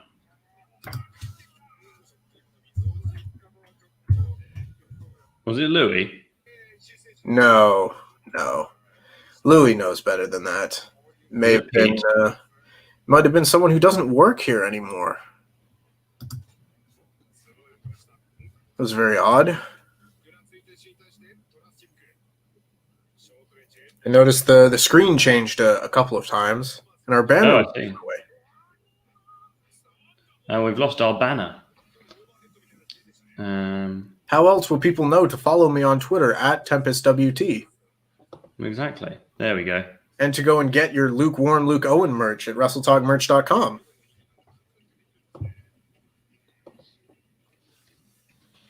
Perhaps if I plug everyone else's merch, eventually I will have some of my own. I mean, Luke does work here. I mean, he revealed that on Monday, that he all along was Mr. WrestleTalk, which I still cannot believe. It's impossible. Oh, it's happening again. This is very, very What odd. are you doing? Are you doing something? I'm not doing anything. I keep seeing things flashing up on screen. It's very, very odd. Now leave it. I'm not Whoever's doing it. Someone messaged me. If you're doing something, message me on Discord. Gorilla Press has chimed in with another super chat saying, "My Quizzlemania 20 tag challenge. It's for charity." Yeah, I'm afraid, Gorilla Press, you've got to be a draw for that. Ooh. Sick burn. Ooh. How's Deal that feel? it. Yeah. Thank you for sharing all the time, Jobber JJ. That is very much appreciated. Tempest got his own merch, says Valab. He's the Rain Man of wrestling, considering how much he remembers. Rain Man. Tempest, more like storm in a teacup. God, I'm sending burns out left and right here. Yeah, you're reaching a little bit. Right, let's concentrate on the match for a bit. It's been hasn't been the kind of classic high flying style from Osprey, as is often the case. It's been more kind of hard hitting, but at the moment Ishii is just countering all of his forearms and hitting one of his own, and Osprey is immediately down. Shows who the master of the forearm is there.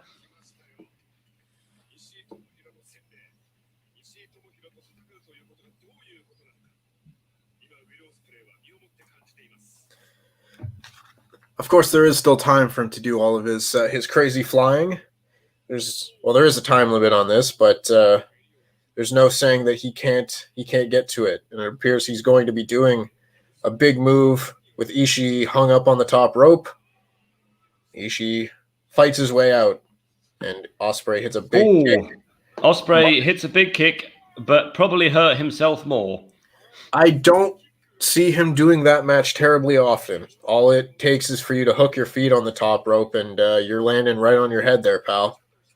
Yeah, it was a kind of springboard kick, but actually he took a back body drop from the top rope.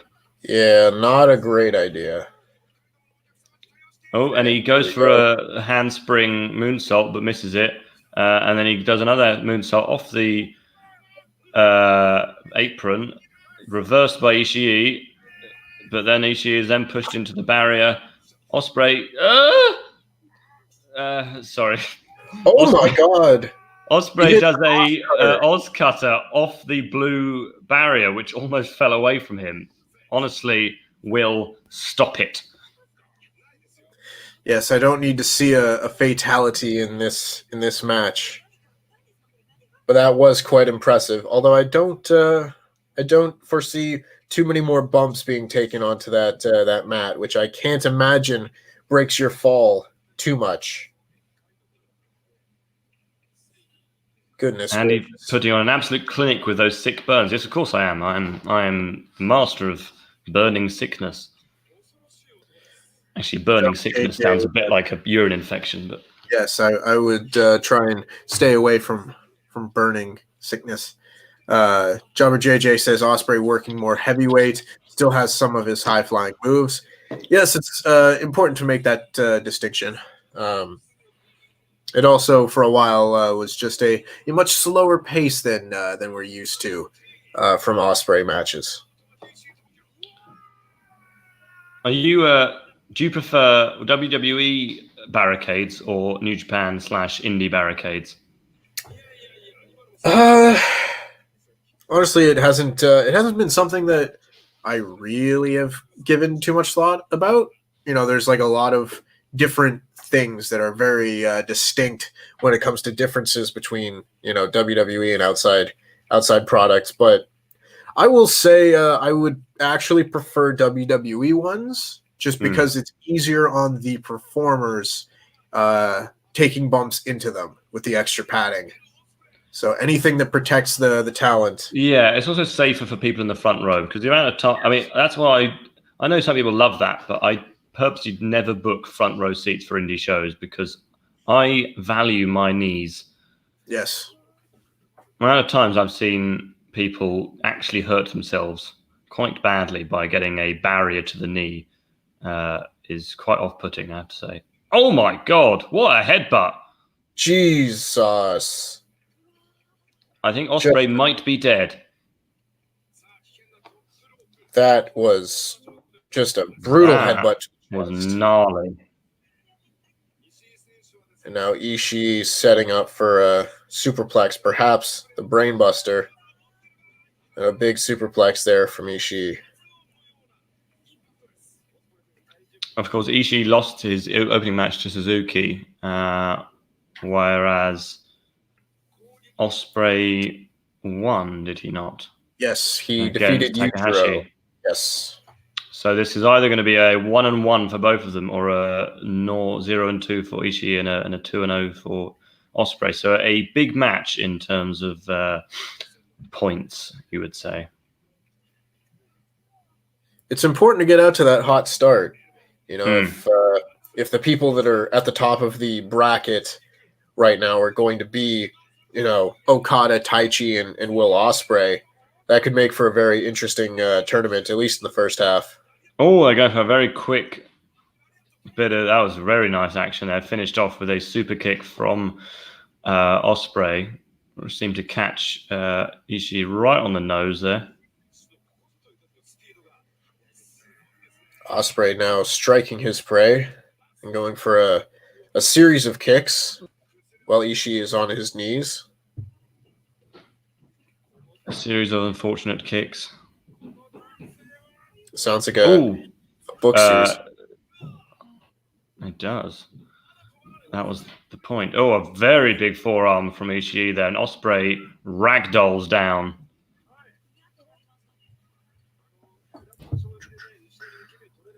Christopher Jazzcat says, I used to be a front row fan like you until I took a barrier to the knee. That's very funny. Nice. Another reference that Louis Dangour would not understand.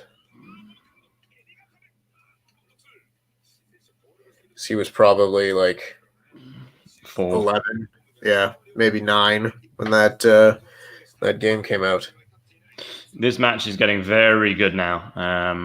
Action has really picked up. It tends to be the case with a lot of these chaos matches, where it starts out good, but it continues to build, and then it becomes just chaotic.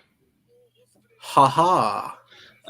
Yeah, but Ishii is very much in the ascendancy right now. I used to think that was ascendant seat, because I was like, oh, he's in a chair. But then I realized it's not that. Oh, German release suplex from Ishii right on the back of Osprey's neck. He's now going standing for Spanish fly from Osprey. Oh, very near fall. Red shoes almost counting the 3 there. It looks like Osprey setting up here for the Oz Cutter, and he hits it. Wow, that was a nice one. Oh my, he doesn't usually win with the Oz Cutter, but we'll see. But he doesn't this time. It's a near fall from Ishii. That was as contrived as that move is. I do enjoy it. The way that Ishii literally had to leap into it. But it is a very nice move. Someone hit a Bailey to belly. Finish this match. The greatest finisher in all of wrestling. Oh, Luke is here. See, I'm not going crazy.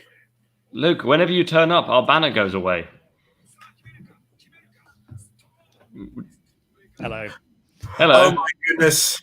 The one and only. Have you come to tell us off? Are we doing something wrong? No, you're actually doing amazing work. I was actually coming in to say how great of a job you're doing and to apologize for my behavior that I was doing, where me and Pete were doing Patreon shout-out videos, and I had been distracted by this thing I saw on Twitter that was called Bathe in My Milk.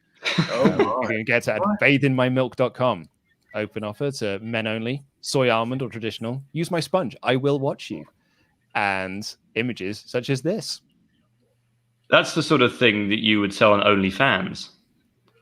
And then this was the image that really tickled me. Was this one? Because you're thinking, well, where's the woman gone? She's outside the Good Lord. So I said, Pete, wouldn't it be really funny if I went into the G1 stream that they're currently doing and not put myself on screen, but just flash up that image and then leave? Well, and I did. So I'm very sorry. Well, we've had a lot of people still shocked that you were Mr. WrestleTalk all along. I know, right? But I'm sorry that I fooled you all. I've been pushing everyone to just join you tonight on Quizzlemania to watch you retain your championship. Thank you very much, Randy. That's very kind of you. Who's on at the moment? It is Ishii against Will Osprey. It's been very good stuff. Easily the match of the night so far, I would say. Not surprised. And the main event is Ibushi against Jay White. Ooh, lovely. Very tasty. I'm just loading up New Japan World now so I can just watch it live with you for a bit. Yes, it appears that we're in the closing moments of this match, but it has been just excellent so far. I just tuned into Ishii just wiping out Osprey with a headbutt. Yes. Yep. Brutal stuff. Oh my God. He hit one earlier, which I'm surprised Osprey's head did not fall clean off his shoulders. Goodness gracious. Nice. Oh, a stunner. Ooh. Brainbuster. Oh! Goodness gracious. Oh. Reverse Frankensteiner thingy. Poison Rana, yeah. Oh, spinning forearm. Oh!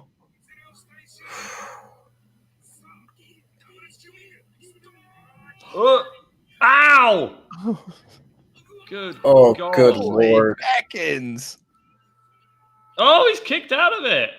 That was amazing. Oh, he already doesn't have a neck. You don't need to hit him with a power. Just ram his neck into his head. Osprey's looking massive at the moment as well. Like, he's looking huge. Off. Dead.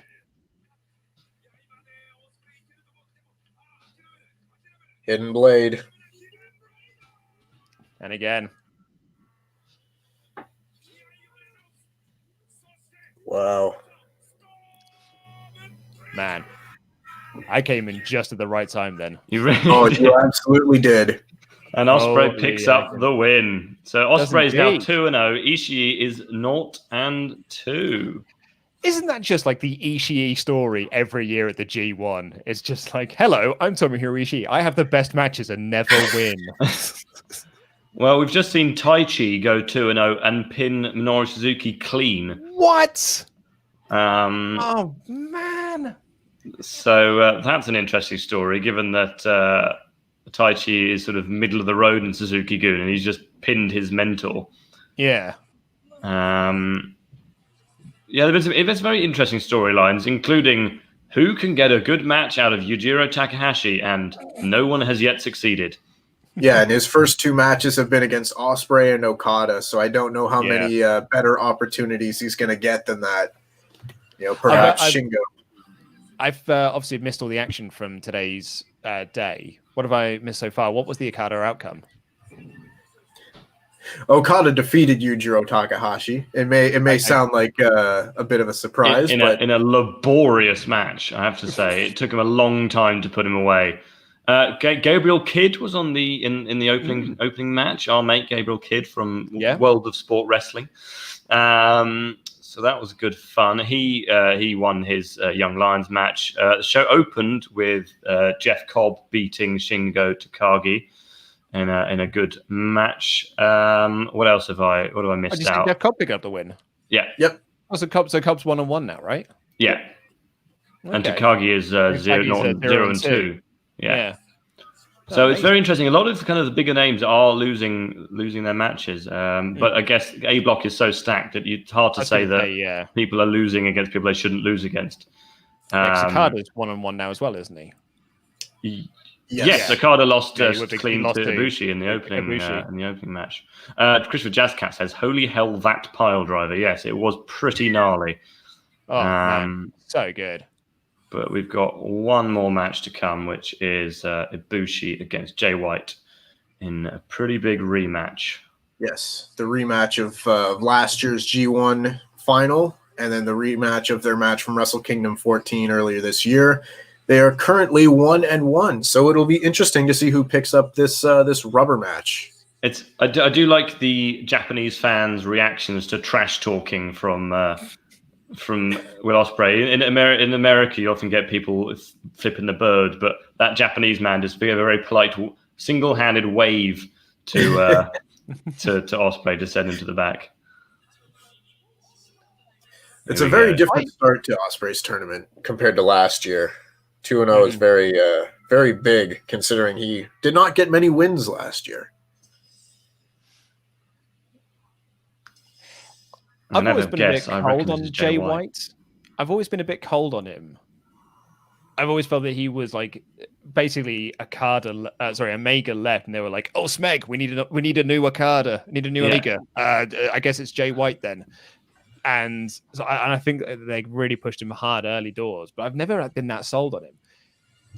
But, since he's become a heel, and grown that horrible beard. But absence makes the heart grow fonder, and him actually being away for ages has made me miss Jay White. I would certainly agree, and honestly, that goes for people like Kenta as well, where I was never super sold on Kenta in last year's G1 or the months following, but just seeing him again on night 2 of the G1 after having been away for so long, it's good to see some of these faces to kind of, help out Bullet Club a little bit, because they were struggling there with Just Evil at the top, and then the second in the group being someone like Yujiro Takahashi. Both of these two are 1-0, are they not?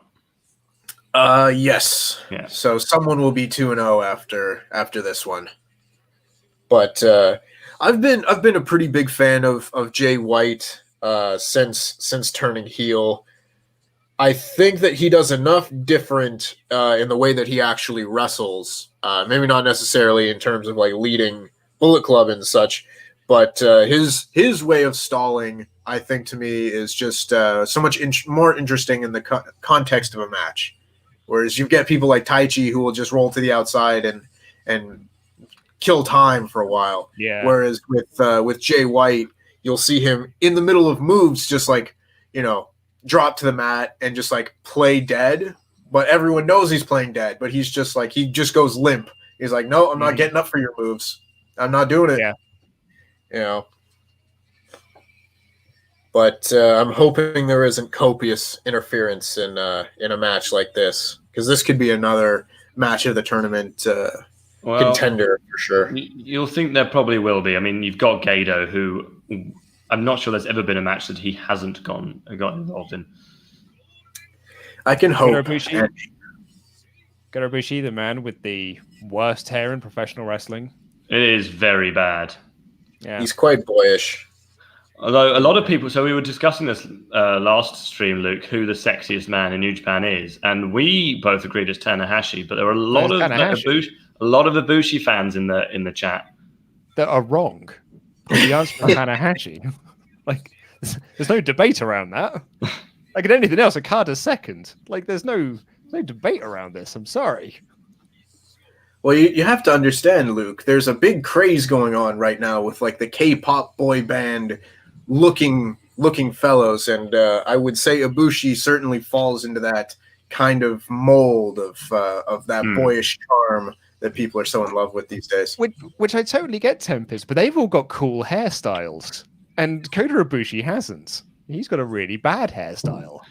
I think it's quite a Japanese hairstyle. I think we've got to careful to say that Japanese hairstyles are bad. But hey, dude, I was there. Dude, I was there last year. No one has that hairstyle. Oh, that's fine then. Oh, this one's going to be good. I will say I love Jay White's beard. I think he shaved it from last show. I think he's given it a bit of a trim, because it was much more disgusting than it is now, because it's actually okay now.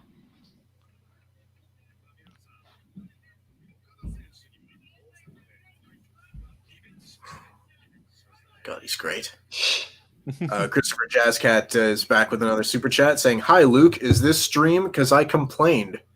I don't know what that's in reference to, but no, he's asking about because we Jazzcat's been saying on the Quizlemania that we've not been doing New Japan coverage. The reason because of that, Jazzcat, is because the main WrestleTalk audience couldn't care less about New Japan stuff. Whenever we have the New Japan stuff, they've not bothered tuning in for it, which is why we're doing it on Wrestle2. That's why Wrestle2 is here, so we can do stuff like this. We've always wanted to do it, but the main WrestleTalk audience, like the casual WrestleTalk audience, doesn't really care for it.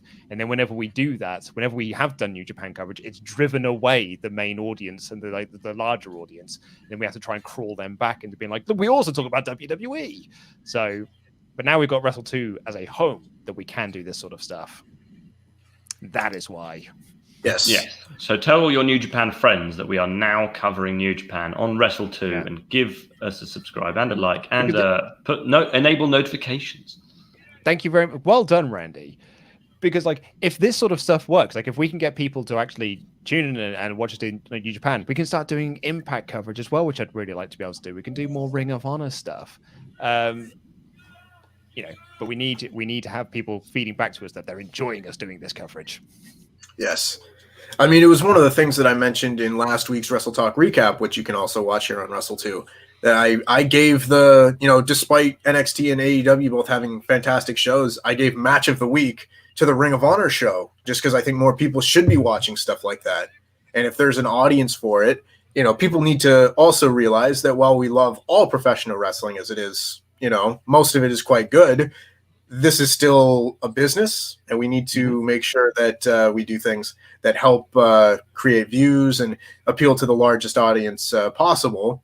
But if that audience then can help, grow our coverage of these other things, that just means that you're satisfied by our coverage, and we're happy that we get to continue just covering more stuff than just WWE. Because if you watched Raw, there are certainly shows we would rather watch than something like that.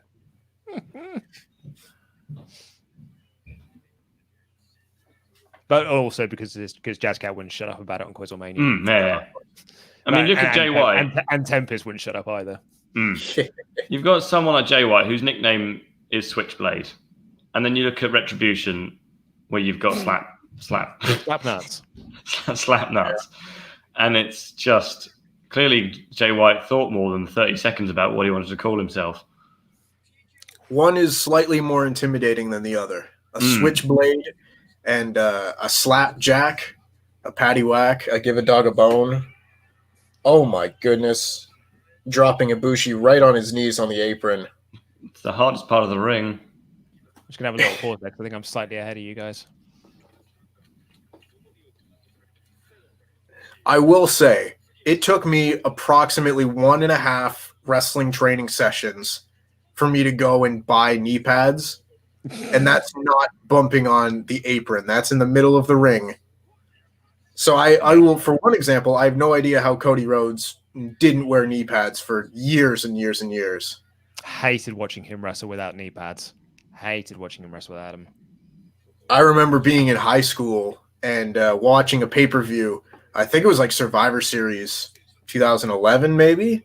And I was chatting with a mate of mine, and he mentioned in the middle of a match, just like, oh my God, Cody's wearing knee pads. And I had to do a double take just because I couldn't believe it. And sure enough, it was like the first time he'd ever worn new knee pads in a WWE match. That is what we call character growth. Have you ever been tempted to enter the ring yourself, Luke?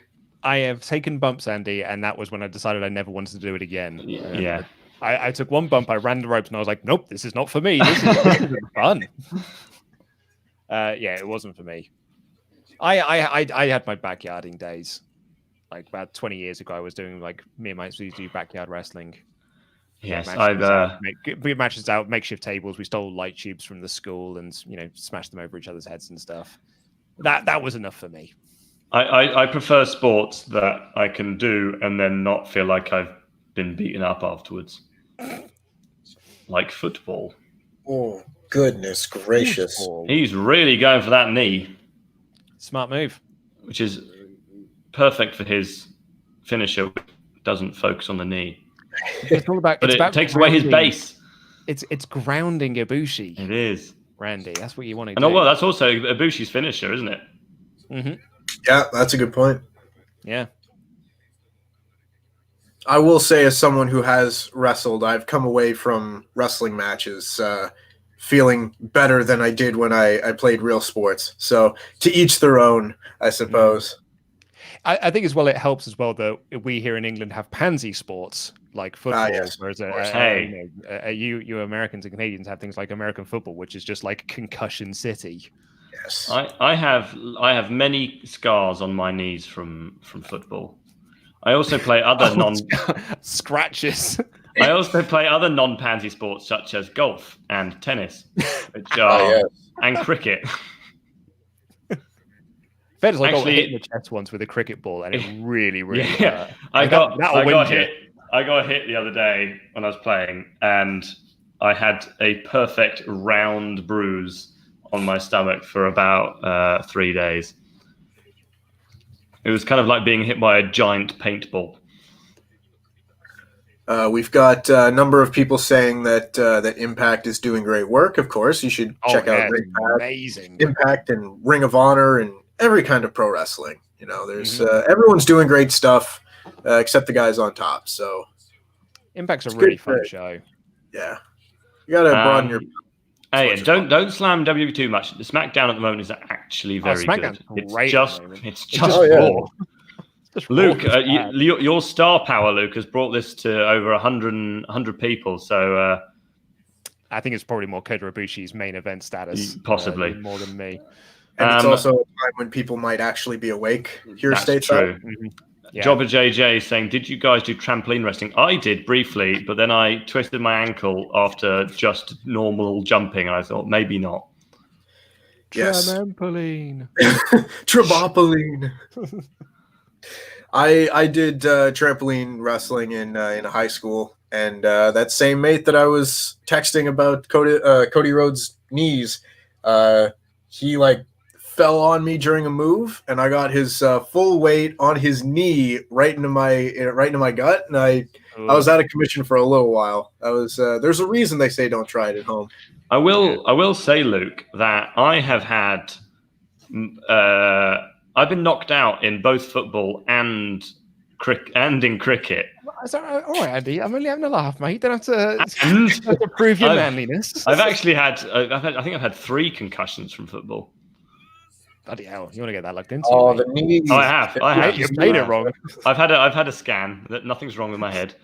No, I play as a goalkeeper, and they did a crossed into the box. I dived out to get it, but as I did, someone was running past me, and their knee hit me in the chin, and I was out like a light. Goodness gracious! Who was the keeper that hit his head against the poles? The Chelsea keeper. Oh, the Petr Cech. Yeah. No, so he got knee. Yeah, he got kneed in the head. So he had to wear a scrum cap for the rest of his career. He is now, in fact, an ice hockey goalkeeper for Guildford Flames Ice Hockey, my local ice hockey team. He decided that he wanted to go into ice hockey after retiring from football. Commendable. Yeah, I've got all the relevant football references you can see there, Andy. Petr Cech. Have you seen that Everton are top of the Premiership? I could talk about Neville Southall if you'd like. To be fair, Neville Southall, while very large now, was one of the greatest goalkeepers of all time. Oh, but yes, Everton are now top of the Premiership, Luke. So you must be absolutely thrilled. Thrilled, beyond thrilled. It's our year. The Scousers, the other half of the Scousers have been saying for the last 30 years, it's our year, mate. It's our year. We're going to win. So now finally the other half can go, it's our year. We're going to finally win something since 1995. You've got a very good new manager and a couple of new players. And that's helped. Brian Robinson saying cricket is boring. And Brian, I'm afraid I have to block you from the street. Oh no, Ibushi's neck! Oh my god! What? Sorry, I am a couple of seconds ahead of you. I'm just going to pause there. Holy hell! That was rough. That was a rough landing. What I said about Osprey not doing a ton wrong to his neck since the Marty Scurll match. That same does not apply to Kota Ibushi.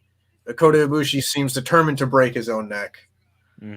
Mike Jones, have you set up a WrestleTalk Fantasy Football League? We've got a Fantasy Soccer Football League, if that's what you mean. If you just search WrestleTalk Fantasy Football and the first tweet that comes up when you search in Google, check on that and you'll find a link. Perhaps for next year's NFL, we can get someone who actually knows what they're talking about. Because I know that fantasy football, American football, is a very big deal in America. So perhaps that's something we can set up. Obviously, the Office had their sweepstake for the XFL when it started. We did, didn't we? And I had the Roughnecks. And actually, Roughnecks were top of the table when it stopped. So I think technically I won that. I'll give you that one, mate. Yeah, but The Rock, I'm assuming, will bring it back with explosions and things. Pyro and ballyhoo. I went to see Tenet last night, Luke. Did you know? And I still have. Many hours later, I still have no idea what happened. Nope, absolutely not, mate. I need to go see it again, actually. Well, I read about it. So I literally searched afterwards, like what happened in Tempest. I keep saying it Tempest. Tempest, which is a Shakespeare play and also a man. Yes. But yeah, and despite reading about it, I still have no idea what happened. I loved the how he got out of the that tombstone there just by hammering at the knee. Yes. That's really, really the nice. knee has been the story of the match. Ibushi went for his combo moonsault move, and his knee gave out, allowing Jay White to get the upper hand. And it doesn't look like Ibushi is really fully recovered and gotten momentum back from there. Christopher Jazzcat chimed in again, saying a mate of mine went to a wrestling tryout and wound up in the hospital with rhabdo because they pushed everyone so hard with cardio. Yes. Wrestling tryouts and training is no joke. You need to be in shape if you're going to do it. Bane the Pandemic. Oh my God! Kato, don't do that. Kato, get involved. Please don't do this move. Save your boy. I hate this move. I once threw up through cardio. You and Louis Theroux. Yeah, well, that was just football because basically I hadn't played in a long time. And one of the things we had to do was give our partner a piggyback. And I never played for this team, but they paired me with the biggest, largest, tallest, and fattest person on the team. And me trying to give him a piggyback was a disaster. We just fell over. Huge Uranagi from Jay White for a near fall here. And Jobber JJ asking you, Luke, what's on at Cineworld? What's with the backdrop? You can find out this coming Friday on over at Cineworld's YouTube channel, where me and Laurie do a weekly movie show called What's On at Cineworld, and we'll tell you what's on at Cineworld, and also talk about the news that yeah,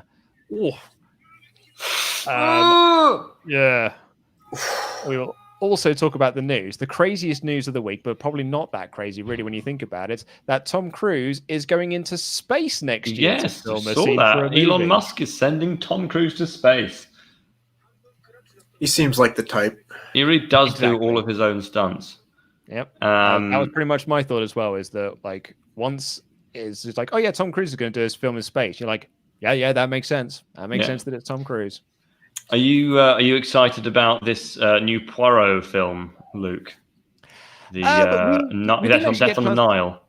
Yeah, we didn't get a chance to talk about it on the stream on the show when the trailer came out because we'd already filmed it. But yeah, I think it looks quite cool. I do like the style that they've gone for with them. A friend of mine's massively into his Agatha Christie books.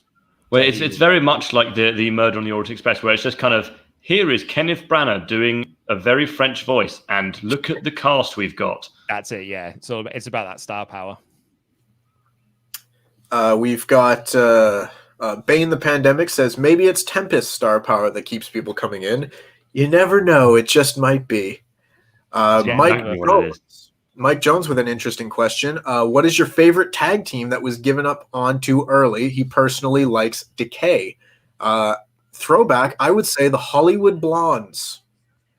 They did not do enough with them in WCW.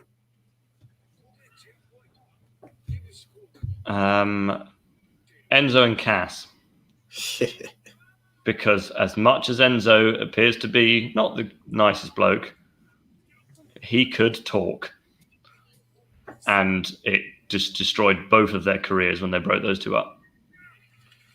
I'm going to say head cheese. Steve Blackman and Al Snow. Not given the time of day. What else did we have here? We have people arguing over Jay White and Pac comparisons. I don't particularly see it. I don't particularly see it, but you know what? They've got completely different styles. Love that suplex. Little snap suplex there from Ibushi onto White. How long has the match been? Could we be going for a time limit draw, half an hour? Well, that's what I was going to say, because you both said at the start of this that we could see someone go 2-0 and someone take their first loss. But I'm wondering if we could get a time limit draw in him. Oh, into the Blade Runner. Starks. That's what I thought with Ibushi Okada last time. I thought that it may well go to a time limit draw just to kind of protect them both. But no, Okada just lost absolutely clean. Mm-hmm.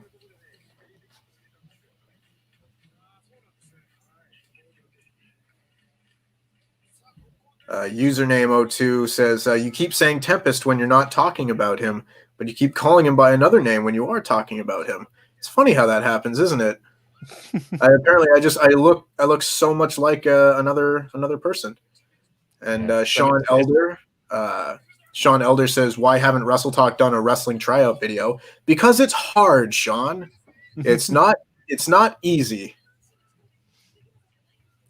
Christopher Jazzcat says Ibushi has those crazy eyes happening. Sure does. We didn't really see that dark side of Ibushi come out in the Okada match, but we might see it more as the tournament rolls on. And Valab is back saying Ibushi and neck bumps, name a more iconic duo. I hope he doesn't wrestle Naito for at least another year or so. I agree. Those matches were just too crazy. Ibushi's teasing the tap out here. He's going to get those ropes. He's too valiant a babyface to just tap out. Exactly. And Jay White's too dastardly a heel to let go of the hold straight away. What a dick. I quite like the inverted figure 4 knee bar type finish. I wish more people would do that. I know FTR was using it in NXT for at least a while, and it appears that they've used it a bit more since coming to AEW. But I really like that move.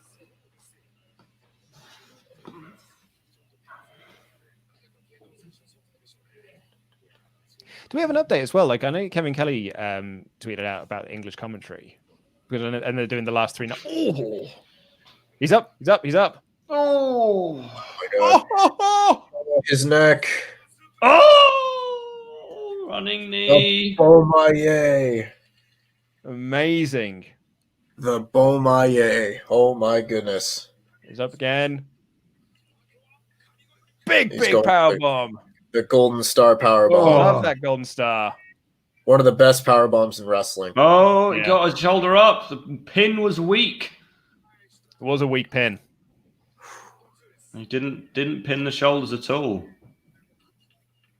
That's all on Ibushi, that. Goodness gracious. Wrist control. Very important in New Japan Wrestling. Absolutely. Oh, here we go. Grabbing hold of Red Shoes. See, he's doing it. Red Shoes selling it like he's been bitten by a snake. I mean, he is a snake, that Jay White. That's true. And he loves Red Shoes. Oh, here comes the low blow. Oh, yes. Oh, it's happening. Look at this. Look at this. This is the Ibushi. Have it again. Oh my God. That was such a silent forearm. Mm-hmm. I'll be honest. I think I would rather face Minoru Suzuki face to face than Ibushi when he's like that. I think that face would scare me more. Mm-hmm.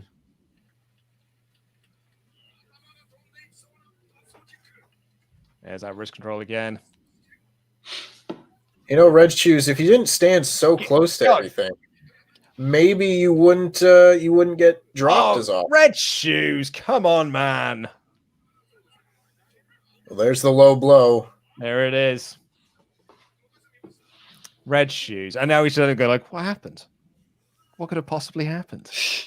I'm sorry to keep harping on about football, but I was playing last night with Louis, and I saved the ball directly with my testicles, and you forget. Oh my god! Oh, kick out! You forget every time it happens just how much it hurts. And yeah, I was probably lying on the floor for 2 to 3 minutes, just going, "Ow, my balls." Christopher Jazzcat has chimed in again with Jay White has really grown on me after his feud with Tanahashi. Yes, take him out. Gado's dead. Actually taking out Gado. That's very interesting. Because of that, I think Jay White's about to win. There it is. Kick out Coda. 1, oh 2, my god. 3. Jay White wins. Jay White's beating him. Oh man, do you know what? Both me and Denise had Ibushi down to win the whole tournament. He may. And he might still. But I really did think he was going to pick up a win over Jay White. Wow.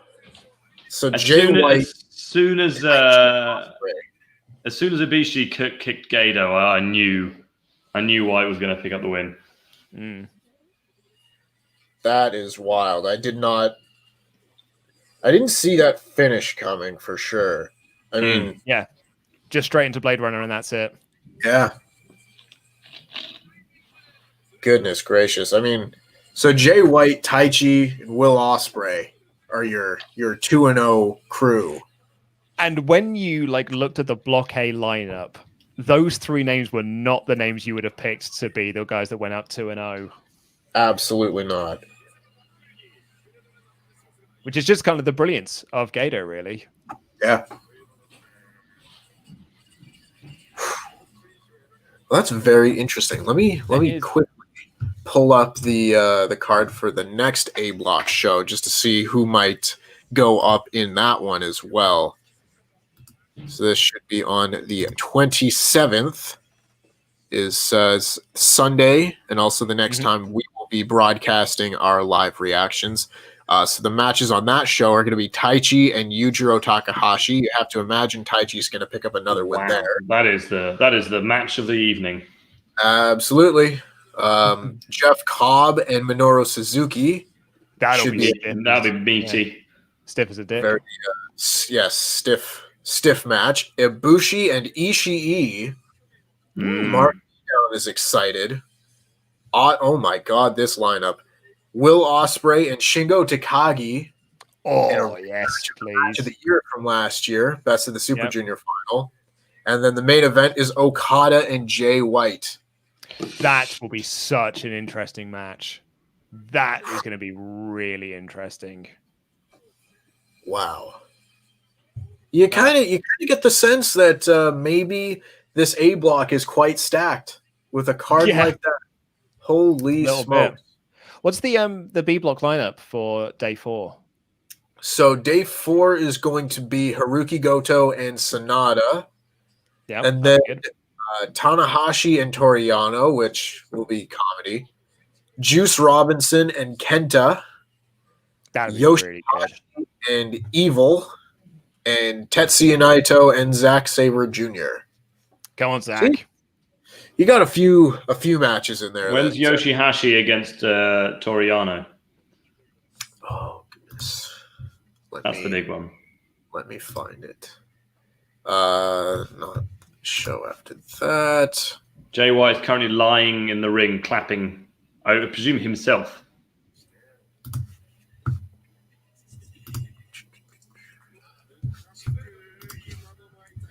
God, he's gone completely insane.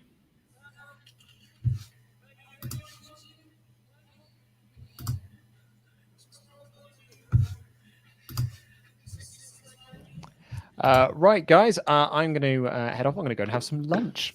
Yeah, that's what I'm going to do in a second. Once he's finished his program. But thank you for joining us, Luke. It was very nice to bring some star power. I will make sure to see you later on today for Quizzlemania, which everyone should go and watch on Parts of Unknown. Yes, and in about 15 minutes, Pete's news video is going up on the main WrestleTalk channel as well, so make sure you check that one out. And just check out WrestleTalk.com because it's such a good website. It's such a good website, Andy. And to answer your prior question, the Yoshihashi Toriyama match will be at the B block final. Oh, of course it will be. Yeah, I knew it. So that'll be one that we will be watching here on the channel. So at least we have that to look forward to. Indeed. Right. Bye, guys. Bye. Oh God. Terrifying. I miss Luke. I miss him already. I mean, you look at a picture like that, and you have to think like it's like a picture out of a new Sinister movie or something like that. Oh, you're right, Bane. I do bring star power. I did come up with Jam at Jam. The sound isn't great on this promo. No, miking is usually an issue with. He's kind of holding the mic on top. So he's saying that he's facing Okada next, and kind of showing off the fact that he is 2-0 and that Okada is not 2-0 because he beat Ibushi, who beat Okada. So obviously, that means that's how that works. The best. That's how that works. That makes total sense to me.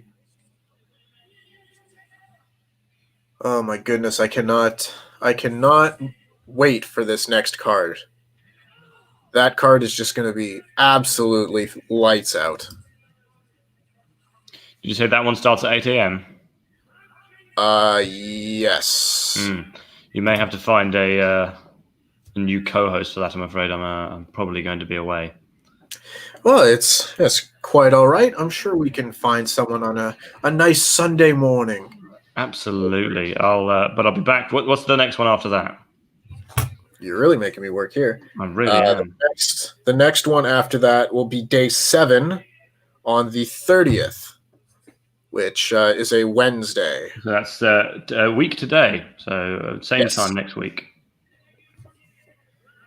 Same rap channel. Oh, he's really going off.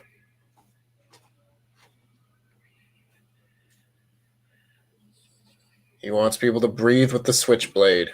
I mean, I wouldn't. That sounds like a bad thing to do. Yes, don't breathe with the switchblade during a pandemic. That would be terrible. And stop touching each other's faces. We've got some of these chats coming in too late. King of Strong Style asks Luke, can we get some Tempest and Andy merch? # yes, please. Well, technically, all Jam That Jam merch is Andy merch because I came up with it. It's true. But sure. Anyway, I don't think there are any more super chats, so I think we will end it there. So thank you all very much for watching. I hope you enjoyed the show. I hope you enjoyed our stream. I believe, again, I don't do this very often, but there will be some videos appearing all around the screen. I believe there will be a subscribe button, so make sure you do that. Subscribe down below, like the video, share it with your friends, enable notifications, and join us this Sunday for the next live stream. Join everyone else later for Quizlemania on Parts Unknown, and head over to WrestleTalk in about 10 minutes for Pete's news, which covers lots of things, including the Roman Reigns and Rock match, which has been rumored for next year's WrestleMania. So go check that out, and we will see